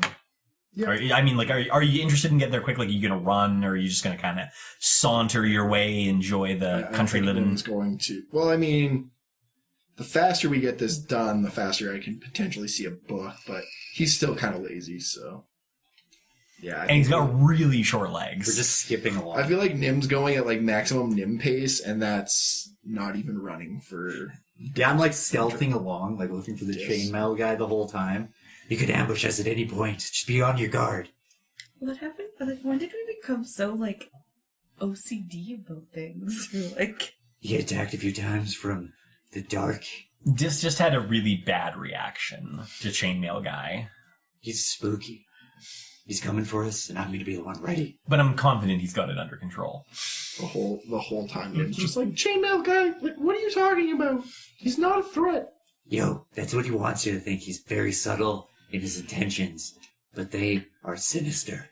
It's like you look around a room, you're bound to catch someone's eye. Doesn't mean they're out to kill you, they're just looking at you like, huh, that asshole's looking around their room too. Yeah, but usually you catch people's eyes, and all you see is just, just apathy, or maybe you catch the odd racism, But this guy, it just said murder, except like backwards like red rum, but I knew what it meant. Oh, Lazarus and Kenna, you've come back in. yeah, sorry, we needed some more information on where we could find Father Maxie. I'm happy to provide. So, where could we find Father Maxie? Ah, yes, of course. Sorry. Usually, he doesn't have a particular place where he can practice currently, which is why he would like a church. So normally we find him just past the general store, where he's begun laying out the foundational drawing for his future church. He spends a great deal of time there planning out its future majesty and how it will be a beacon for the lighted one, that sort of thing. So I suspect you'll probably find him there. If not there is a well just behind the town hall. It does act sort of like an unofficial gathering place for gossip, which I gather, being a priest, he is quite well up on. So you may find him there as well. All right. And, is there anything about his looks so we can pick him out in the crowd? Well, he normally dresses in a very white robe, with kind of golden trim to it. I don't think it's really actual gold, mind you. But it does look very effective. But yeah, he has sort of a priestly robe to him. And trust me, you're new in town, he'll see you first. Okay. Thank you so much. Absolutely, my pleasure. Bye, Lil. And we head to the... Good luck. Can we head past the generals? Yeah. Okay. Well, since you guys have an hour of travel ahead of you, we will, of course, have to take what's happening here directly in town first. But we will get back to you. While you're on your travels, is there anything in particular that you would like to keep an eye out for? Anything you're curious about? Things like what they grow here, that kind of stuff. Do you really care? You just kind of moseying along? Lazarus would be probably looking at some of the people nearby. That's about it. Okay, fair enough. Nim. Well, I mean, he's just scanning for, I don't know, as much information as possible, I guess. Okay. You don't I have would to be looking for wildlife. We haven't discussed that yet. Mm. Kenna, I would like you to make a survival check for me. I feel like I just got, like, really low and serious there for a minute. Things are getting serious. 21. Okay. It occurs to Kenna, kind of out of the blue, that she hasn't yet checked for wildlife in this new, mysterious land. And you kind of take a moment to take in your surroundings, and you know that scene from Ace Ventura, Pet Detective, when, like, he's just, like, bombarded by the majesty of nature. You experience a brief moment of that euphoria as you realize that not only is there significant evidence of animal life, but that you actually notice several pieces of animal life playing out there to see in front of you. Several groundhogs go by. You do see a bird fly by at one point. There is a couple of squirrels that have been kind of nattering in a tree nearby. It is definitely a place, either naturally or otherwise, that is full of life. Before we head to the church, I'd like to go to the squirrels, because I would assume they're the most accessible. There is a tree right next to the tavern. I would mention it's not necessarily open plain. There is quite a mix of plain and trees. So the town itself has several trees that are kind of a part of their area. It's very much a kind of diverse area. So yeah, there is a tree just kind of off to your right. Is there squirrels on the tree? There is, in fact, 2 black squirrels on the tree. I would like to talk to the squirrels. All right. So you kind of walk up, and what do you... I will mention, just for the poor souls that have no idea, the world is very much devoid of animal life, rather unfortunately, out in the real world, or at least very low amounts of animal life. So our poor druid has gone without the love of nature for some time. So that is the source of her excitement. But you walk up to the squirrels, and I guess, what would you like to say? I just want to see if I can even talk to them, so I just want to be like, hi, how are you? There is that moment as squirrels where they kind of like peek their head up and like look over at you, perhaps a bit startled that, they can understand what you're saying. And finally, one of them just kind of moves forward and goes, yes? What? Hi? Oh, you can talk to me and I can talk to you. It's so exciting. Yes, I too am surprised. That does not happen often. Well, not in particular, no. Well, I'm sorry about that. That's quite a shame for everyone else. Lazarus is just like... She's just making like chittering sounds. You're just kind of like, what the fuck? Basically. But he just kind of looks at you. Can I help you with something? No, I'm just very excited. It's been so long since I've been able to talk to an animal. He just kind of bops his head from side to side. Yes, I haven't talked to many 2-legged things before, either. I'm a human. Right. Well, what can I do for you, human? I was just wondering what you think of this nice little farmland. Well, the farmland is nice. It has food we need and shelter we crave. And are they nice to you here? Well, no one's really nice to squirrels. But they're not nice to us. That's better than nothing. We think so. How long have you been here for? Well, let's see. Me personally, 5. I'm not really sure. Do you remember, were you ever living outside of here? I was born in this tree. You were born in this tree. And I'll die in this tree. It is my home. Oh, and who was your little friend here with you? Oh. You don't really need to worry about him. Why not? Well, he's just another squirrel, really. Why can't I talk with him? He kind of like leans over. He's like, you could talk to me if you like. And what's your name? I'm a squirrel. You don't have a name? We are squirrels. Neither of you have a name? Why would we need names? He smells faintly of elderberries, and he smells faintly of walnuts. Okay, fair. Are you friends? Maybe. What's a friend? Somebody you spend a lot of time with and you enjoy it. We'd have to think on that. Do you both live in this tree? Yes. Interesting. Well, if you ever want to talk to a human again, I'm always available. They kind of like look at each other and like, it hasn't been unenjoyable, so perhaps later. Would it be alright if I gave you names? I'm not sure why we would need names, but So I if it can tell the assists you, So I can tell the difference. we will allow it. Perfect. Can I call you Walnut? And you Elder?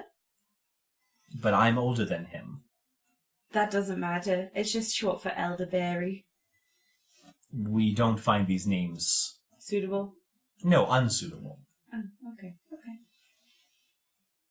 Well, I'll keep thinking of names. We will return to squirrel business. Have fun doing your squirrel things. And I believe Kenna would just like skip away so joyously. This is like an 8-year-old who's just been given sour candy. She's just like la la la la la, just like wandering off. Forgetting about the fact that there's a fake sun, and just like so excited that there's actual animals that aren't trying to eat her face You off. just hear these weird ass heavy footsteps behind you. Lazarus is just skipping along behind. Trying to skip. Wasn't that absolutely wonderful? No idea. So Well, direct. trust me, it was. I feel like Kenna just like went like squeak squeak for like 2 solid minutes. Yeah, I mean, really.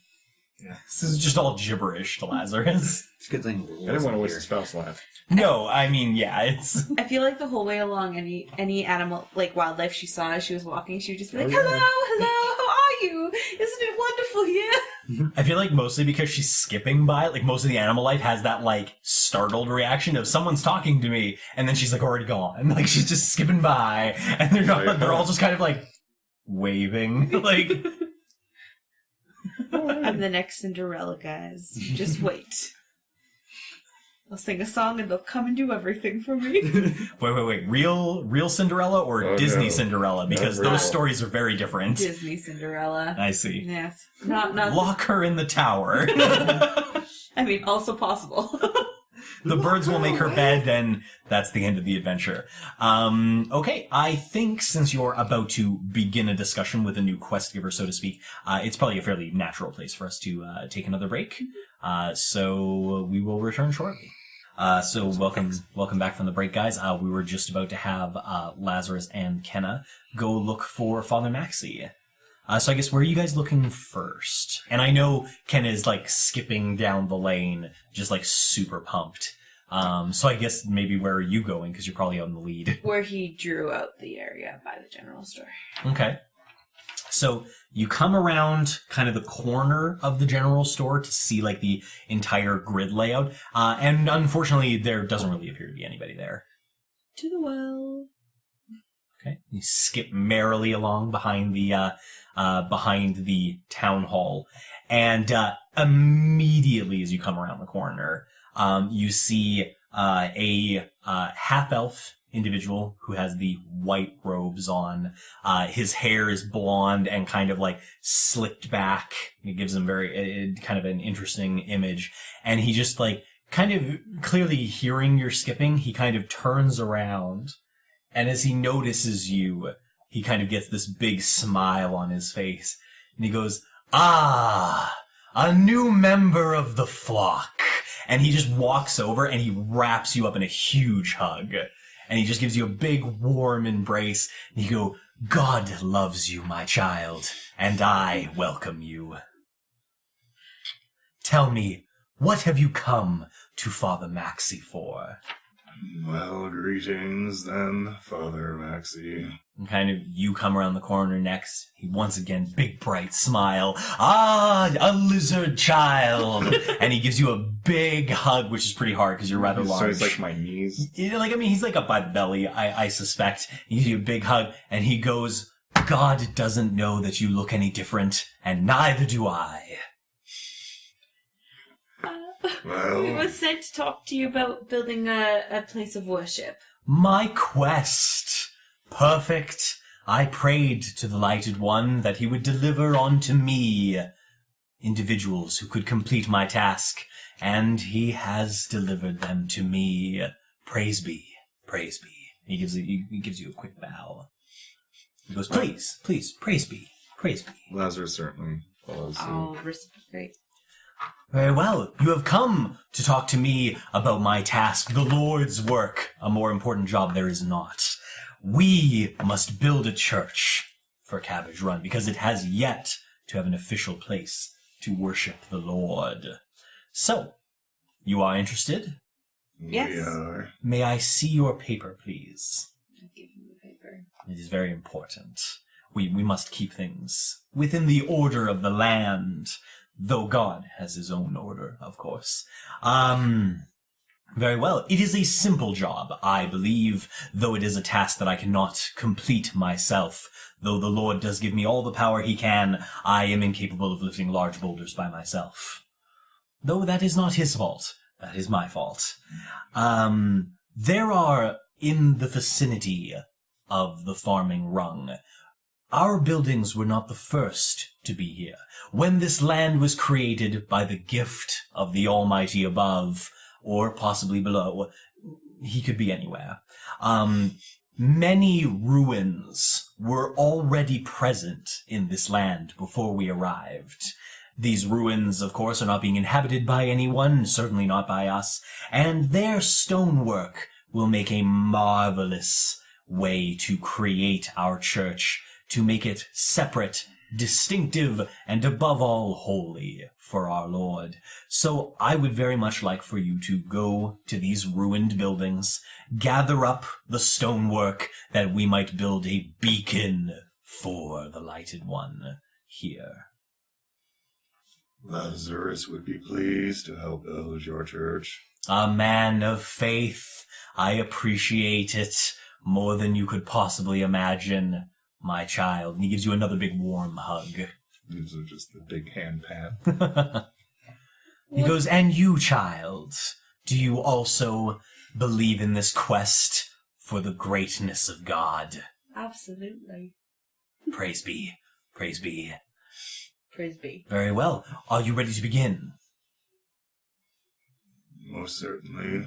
I have made a deal with several farmers for wagons to be donated. I do not and have not procured animals of burden, but I believe where God has given us a will, as we have, there will be a way. I could probably take care of some animals.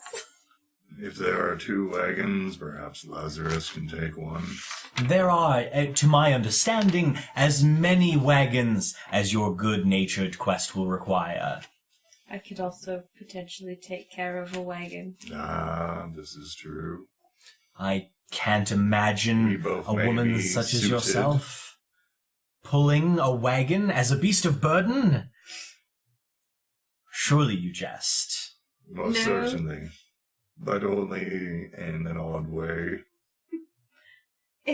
In this form, you're correct. I could not. Well, it would not be God's will Carry for a a lady wagon. such as yourself to pull a wagon. Correct. But there are other ways. Very well. Clearly, you have your own devices in mind, and I do not wish to interfere with your process, as God will guide you in the proper path, as he always does. So, if you need nothing else from me, I can certainly direct you to the closest ruin of which you may procure the necessary materials. that, and as well, if you could point us towards where we collect the wagons. Ah, yes. The wagons are parked behind the general store. My understanding is there are 4 of them there now, and God willing, more will come as more farmers begin to see the greatness of the Lighted One's church grow. Very good. Shall we get started with the 4 then? Yes. Very well. Please, brother, sister, I thank you greatly. Praise be. Praise be. And which are the directions of the ruins? Sorry. Ah, yes, absolutely. It is off to the east, if you would. About 2 hours at a brisk walk, perhaps a little longer with the wagons, but don't worry, the Lord will provide you the stamina you need. And the one after that, are we able to get the location as well? Well, the one there is fairly large. Okay. You may find that it contains quite a large number of stones, but should we require others, I have gone on a sort of a mission for the God high above and mapped out a few other locations should it be required. We should, of course, build the largest church we can to honor His Holiness. I agree completely. Very well then. My children, go forth and bring your love of God to the land.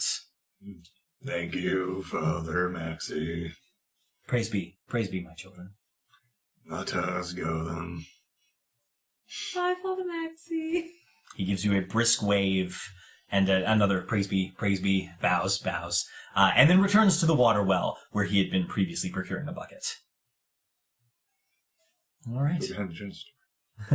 Off they head, and we will then take this opportunity to allow Nim and Dis to make further inroads in their quest as well.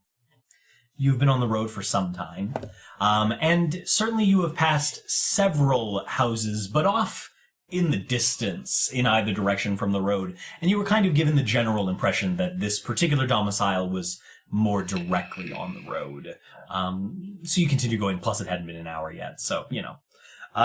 But yeah, you do come across, after about 45 minutes of travel, perhaps due to Nim's certain pace and Dis being able to keep up easily, you come across a house that is much closer to the road, though you can't be sure it belongs to the individual as of yet. 100%. It's that one. I mean, we can ask, but Nearly guaranteed. we'll ask. 90% chance. Nim just starts heading that way. Okay. The individual that owns the house has set up fencing and that sort of thing. As you approach, you do notice that a large number of the fields in the near vicinity are set up to grow corn, and he also appears to be farming some other general plant life, but you don't see much in the way of animals. As you approach, there is a fence that has been set up to kind of mark the division, and as you approach the front gate, so to speak, there is a plaque that has been loosely scrawled upon it, Harvester. I read it out loud, like spelling it out for Dis. I'm like, Harvester! Because of the shade of my skin doesn't mean I can't read. Oh, you can read, my child? Really? Metagame. Really? Praise be. Don't you just take my mannerisms? But it's so fun. I won't have you co-opting my NPCs. I'll have you know I'm a very intelligent drow. I can read, like, one language. Oh, I mean, I'm pretty sure it's I can 2 or read, 3. like, only 4, but I'm trying to work on that. But this lack of goddamn books is not helping. But we'll get you over your book addiction. It's not an addiction, I mean, grown up reading, like, the same 4 books over and over again. Let me guess, you can stop anytime you want. So it's okay. We'll have our vices. Nim has an emotional breakdown here in front of the Harvester Gate, and the quest is momentarily put on hold while he reevaluates his life. But luckily it doesn't last long, so it's okay. Nim, like, cries to himself for, like, a good, 15 seconds and then just whips the gate open and walks in. He's really quick at finding himself. I like that optimism. Let's go do this thing. Okay. I'll come up too. So I'll let him approach first. you approach the small farmstead, and it honestly looks like kind of your average small farmstead, just a little house that somebody's put together themselves. There is a small barn off to the right as you approach as well for materials and that sort of thing, one would imagine. The door is left ajar, and there does appear to be someone inside. You can hear kind of footsteps and just a general meandering of someone within. Okay.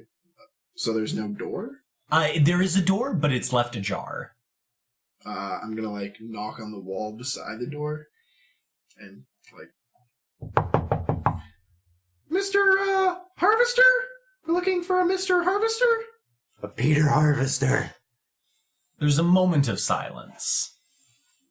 And then, from within the domicile, well, howdy! Oh, come on in! Hello, I thought I would introduce myself. My name is Nim Knackle. I'm from the State Questing Bureau. And this is my partner, Dresmond Dis. Nice We're to meet here you. to help with a certain material that needs to be procured, I understand? Well, the test, the bureau? The State Questing Bureau. Right, I submitted my request to the Adventurers Guild. That's the one. Oh, I see. It's just another name we're we go new. by. It's Squeeb. Sometimes people call it Oh, well, all right. As long as it went to the right place, to be honest, I'm okay. Well, there's one way to be sure. Dis? Hey, can I get that piece of paper? I can get you that piece of paper. I reached in my backpack, pulled a piece of paper. And then I hand it. Well, sure is. That's my scribbling. All right, you boys must be the ones then. We are. So I'm sure we are. did you read the note then? Well, I said I read the note. Yeah, you did. Well, all right, then you should be up to the general gist of what I'm after, but I'll fill you in on the specifics.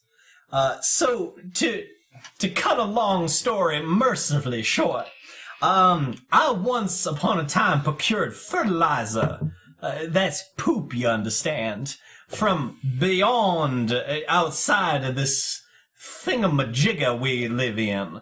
And that source has dried up due to a chronic case of death. Oh, dear. So I don't have that so much no more. But my corn, you see, it needs a good fertilizing to grow nice and tall. So I would like to procure that, if I may. Now, I don't want y'all to think I'm just gonna send you out on a poop hunting quest. That seems like it'd be a bit cruel. I do have an individual not altogether too far away who may be able to assist me in this matter.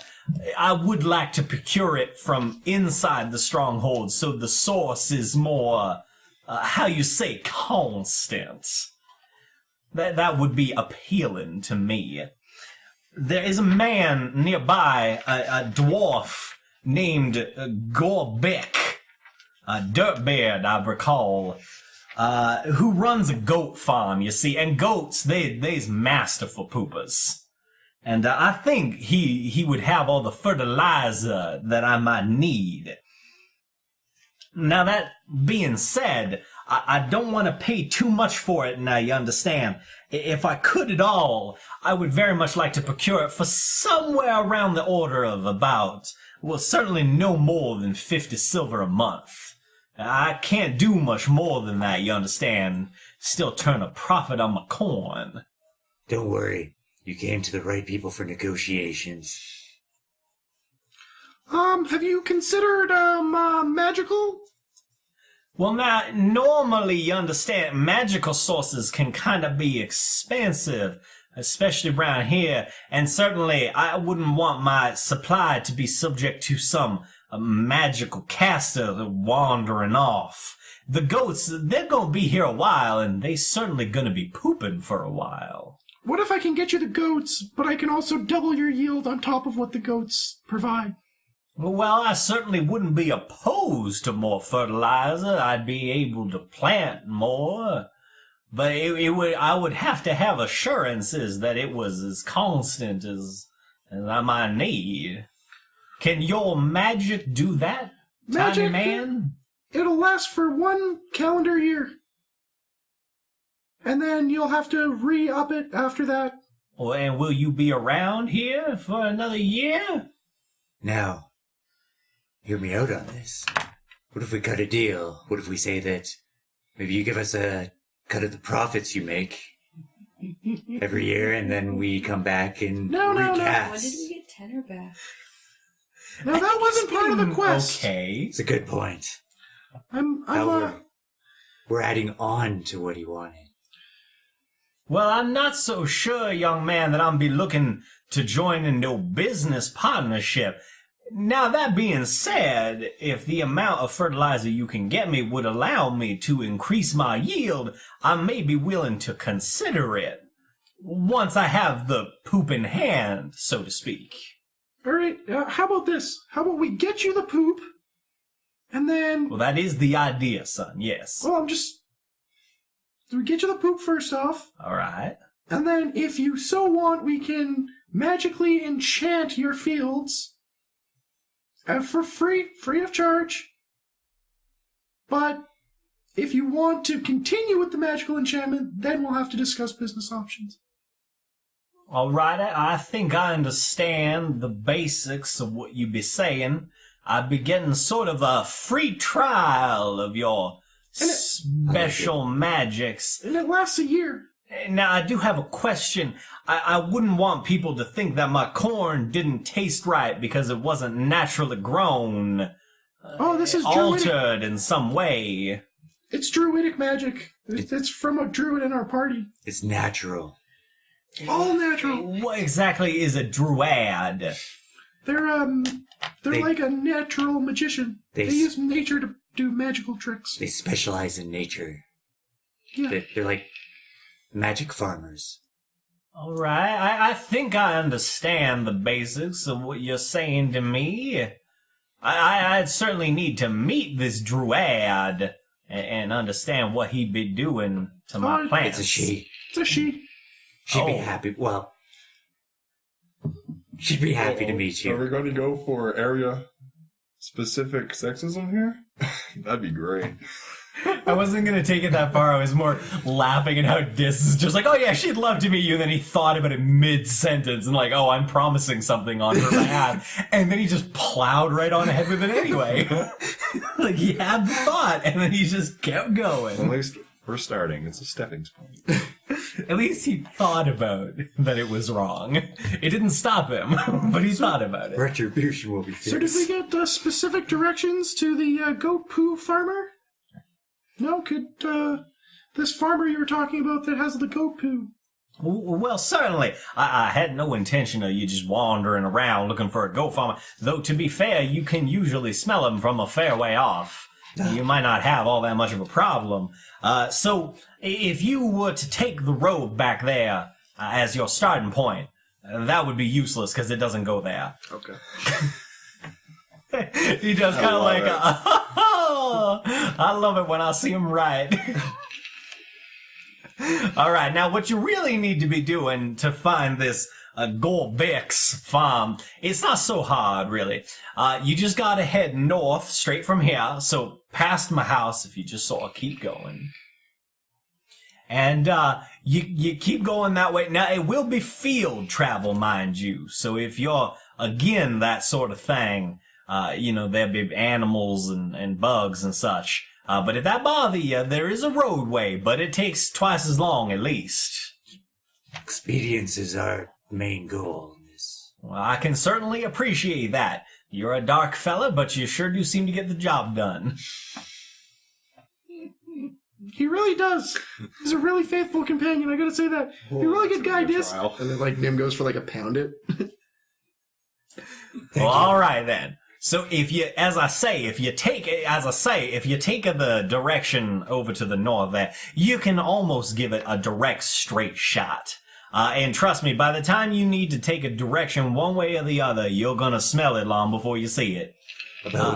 How long if we just walk straight through the fields? Well, now, it used to be a fair bit closer, but there was a significant town ruling some time ago that he had to move further out.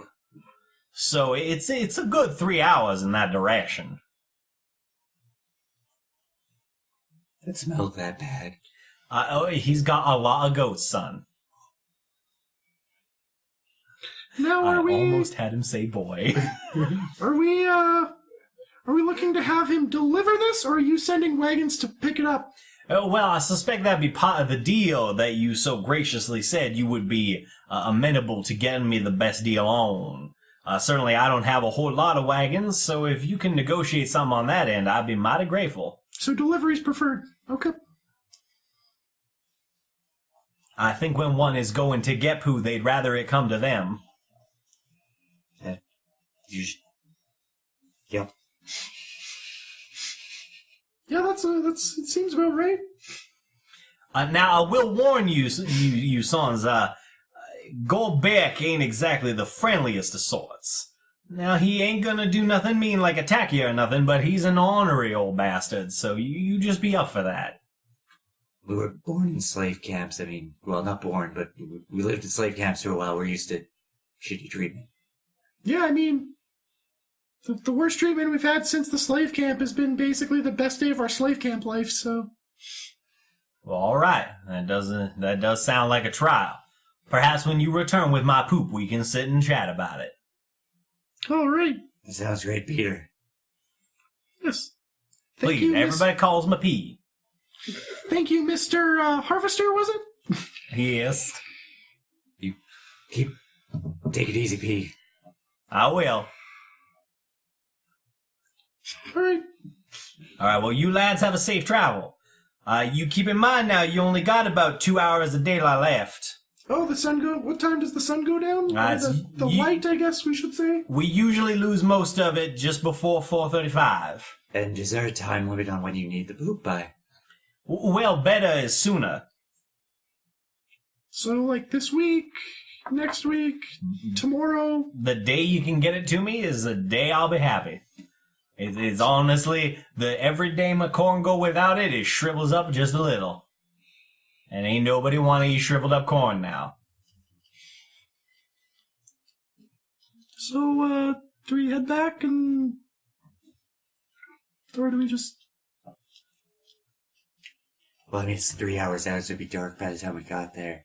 Not that that's a problem for me, but... I mean, you got your super dark vision rates? Yeah, it's like daytime. It's crazy. But we did tell them that we'd be back at the inn for, like, sundown.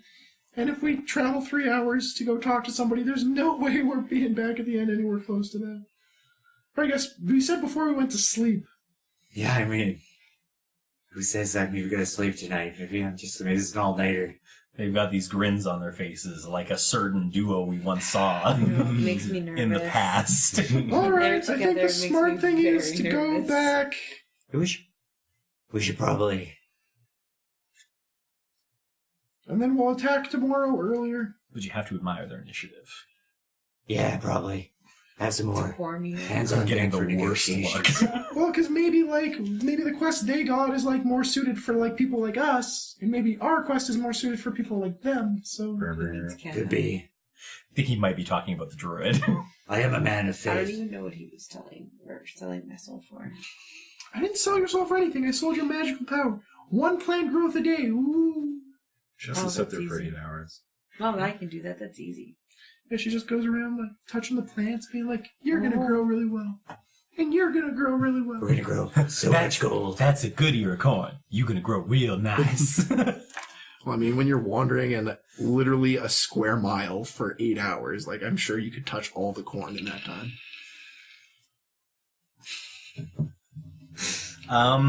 Okay. It is getting a little later, and people have had a long day. Do we want to end it there? You've got your 2 quests, or would you rather take a little bit of time, get back to town, and discuss them amongst yourselves? What time is it?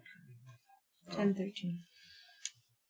I don't know. Well, Cody's asleep on his chair, which I Yeah. feel like is a pretty strong message. Yeah, I think we just end it there, and then we just say that we probably pick up next time with us traveling back and them kind of... Do we have to repeat what we know anyhow? Sort of? Yeah, and it'll be a good refresher so that you guys know, like, kind of what quest... I mean, if you want to do the quest together or if you want to do them separate, either way, you're going to kind of have to refresh each other on what the game plan is anyway. So I think that's a good place to end then. Well, it seems like there's less time pertinence on your guys' quest, right? Well, I mean, we're just going to start and get a few wagon loads going, and then probably it's going to send down. One would certainly expect that gathering stone for an entire church building is going to take longer than negotiating a poop deal. And there's Yeah. no guarantee that when we get to the poop deal, that he doesn't just chain quest us. It sucks that Lazarus is doing good something for great. both of them. I know, that's... We're just gonna go around and just end up building Who's the the church best? anyhow. We're just gonna be like, yeah, we've been going around all day. We finally made it back. I can polymorph someone. Yeah, and we're do a both giant useful for both. Oh, I have quests. polymorph too. Yeah. I have no polymorph. I I have have daggers. I have +8. But we don't Symmetry. have many polymorph options right now, though, because we I haven't think seen much. I think our negotiation skills are about matched, or am I? I think so. I have +8 to persuasion and intimidation. I have +10 deception. Really? Wow. +7 intimidation, and then +4 to the other three. How do all your characters So- end up being such good liars? I always I do expertise not deception have because I find deception. it super I useful. think it's just like what. Yeah. Because so I like do for have the me, most like I will persuasion. always make perception one of my things. I've been trying to. I always try to And get finally, the most proficiency. persuasive in the party. Whoop whoop. Oh, yeah, you could. Well, my persuasion on tenor wasn't that good either. Oh wait, no, I'm just fucking kidding. Your persuasion on Yeah. It was my intimidation. Yeah. It wasn't sucks. very good. Yeah, Yeah, but you weren't very intimidating. You were this little halfling. Like, how's a halfling supposed to intimidate you? I had +9 persuasion. He cuts your Deception ankles. was where it was He really just at. cuts your Achilles and is like, yeah, what now? Well, I think that's certainly a fair enough place to end the recording. So we will drop off for now, and we will join everybody again next session. Wow, what a cliffhanger! I wonder what's going to happen next time. Seriously, guys, thanks for joining us. Thanks for listening in. If you liked what you heard, share us with your friends. If you hated what you heard, share us with your enemies. Seriously, though, like, comment, subscribe. We'd love to hear from you, and we'll find out what happens to Double Doubles and Dragons next time.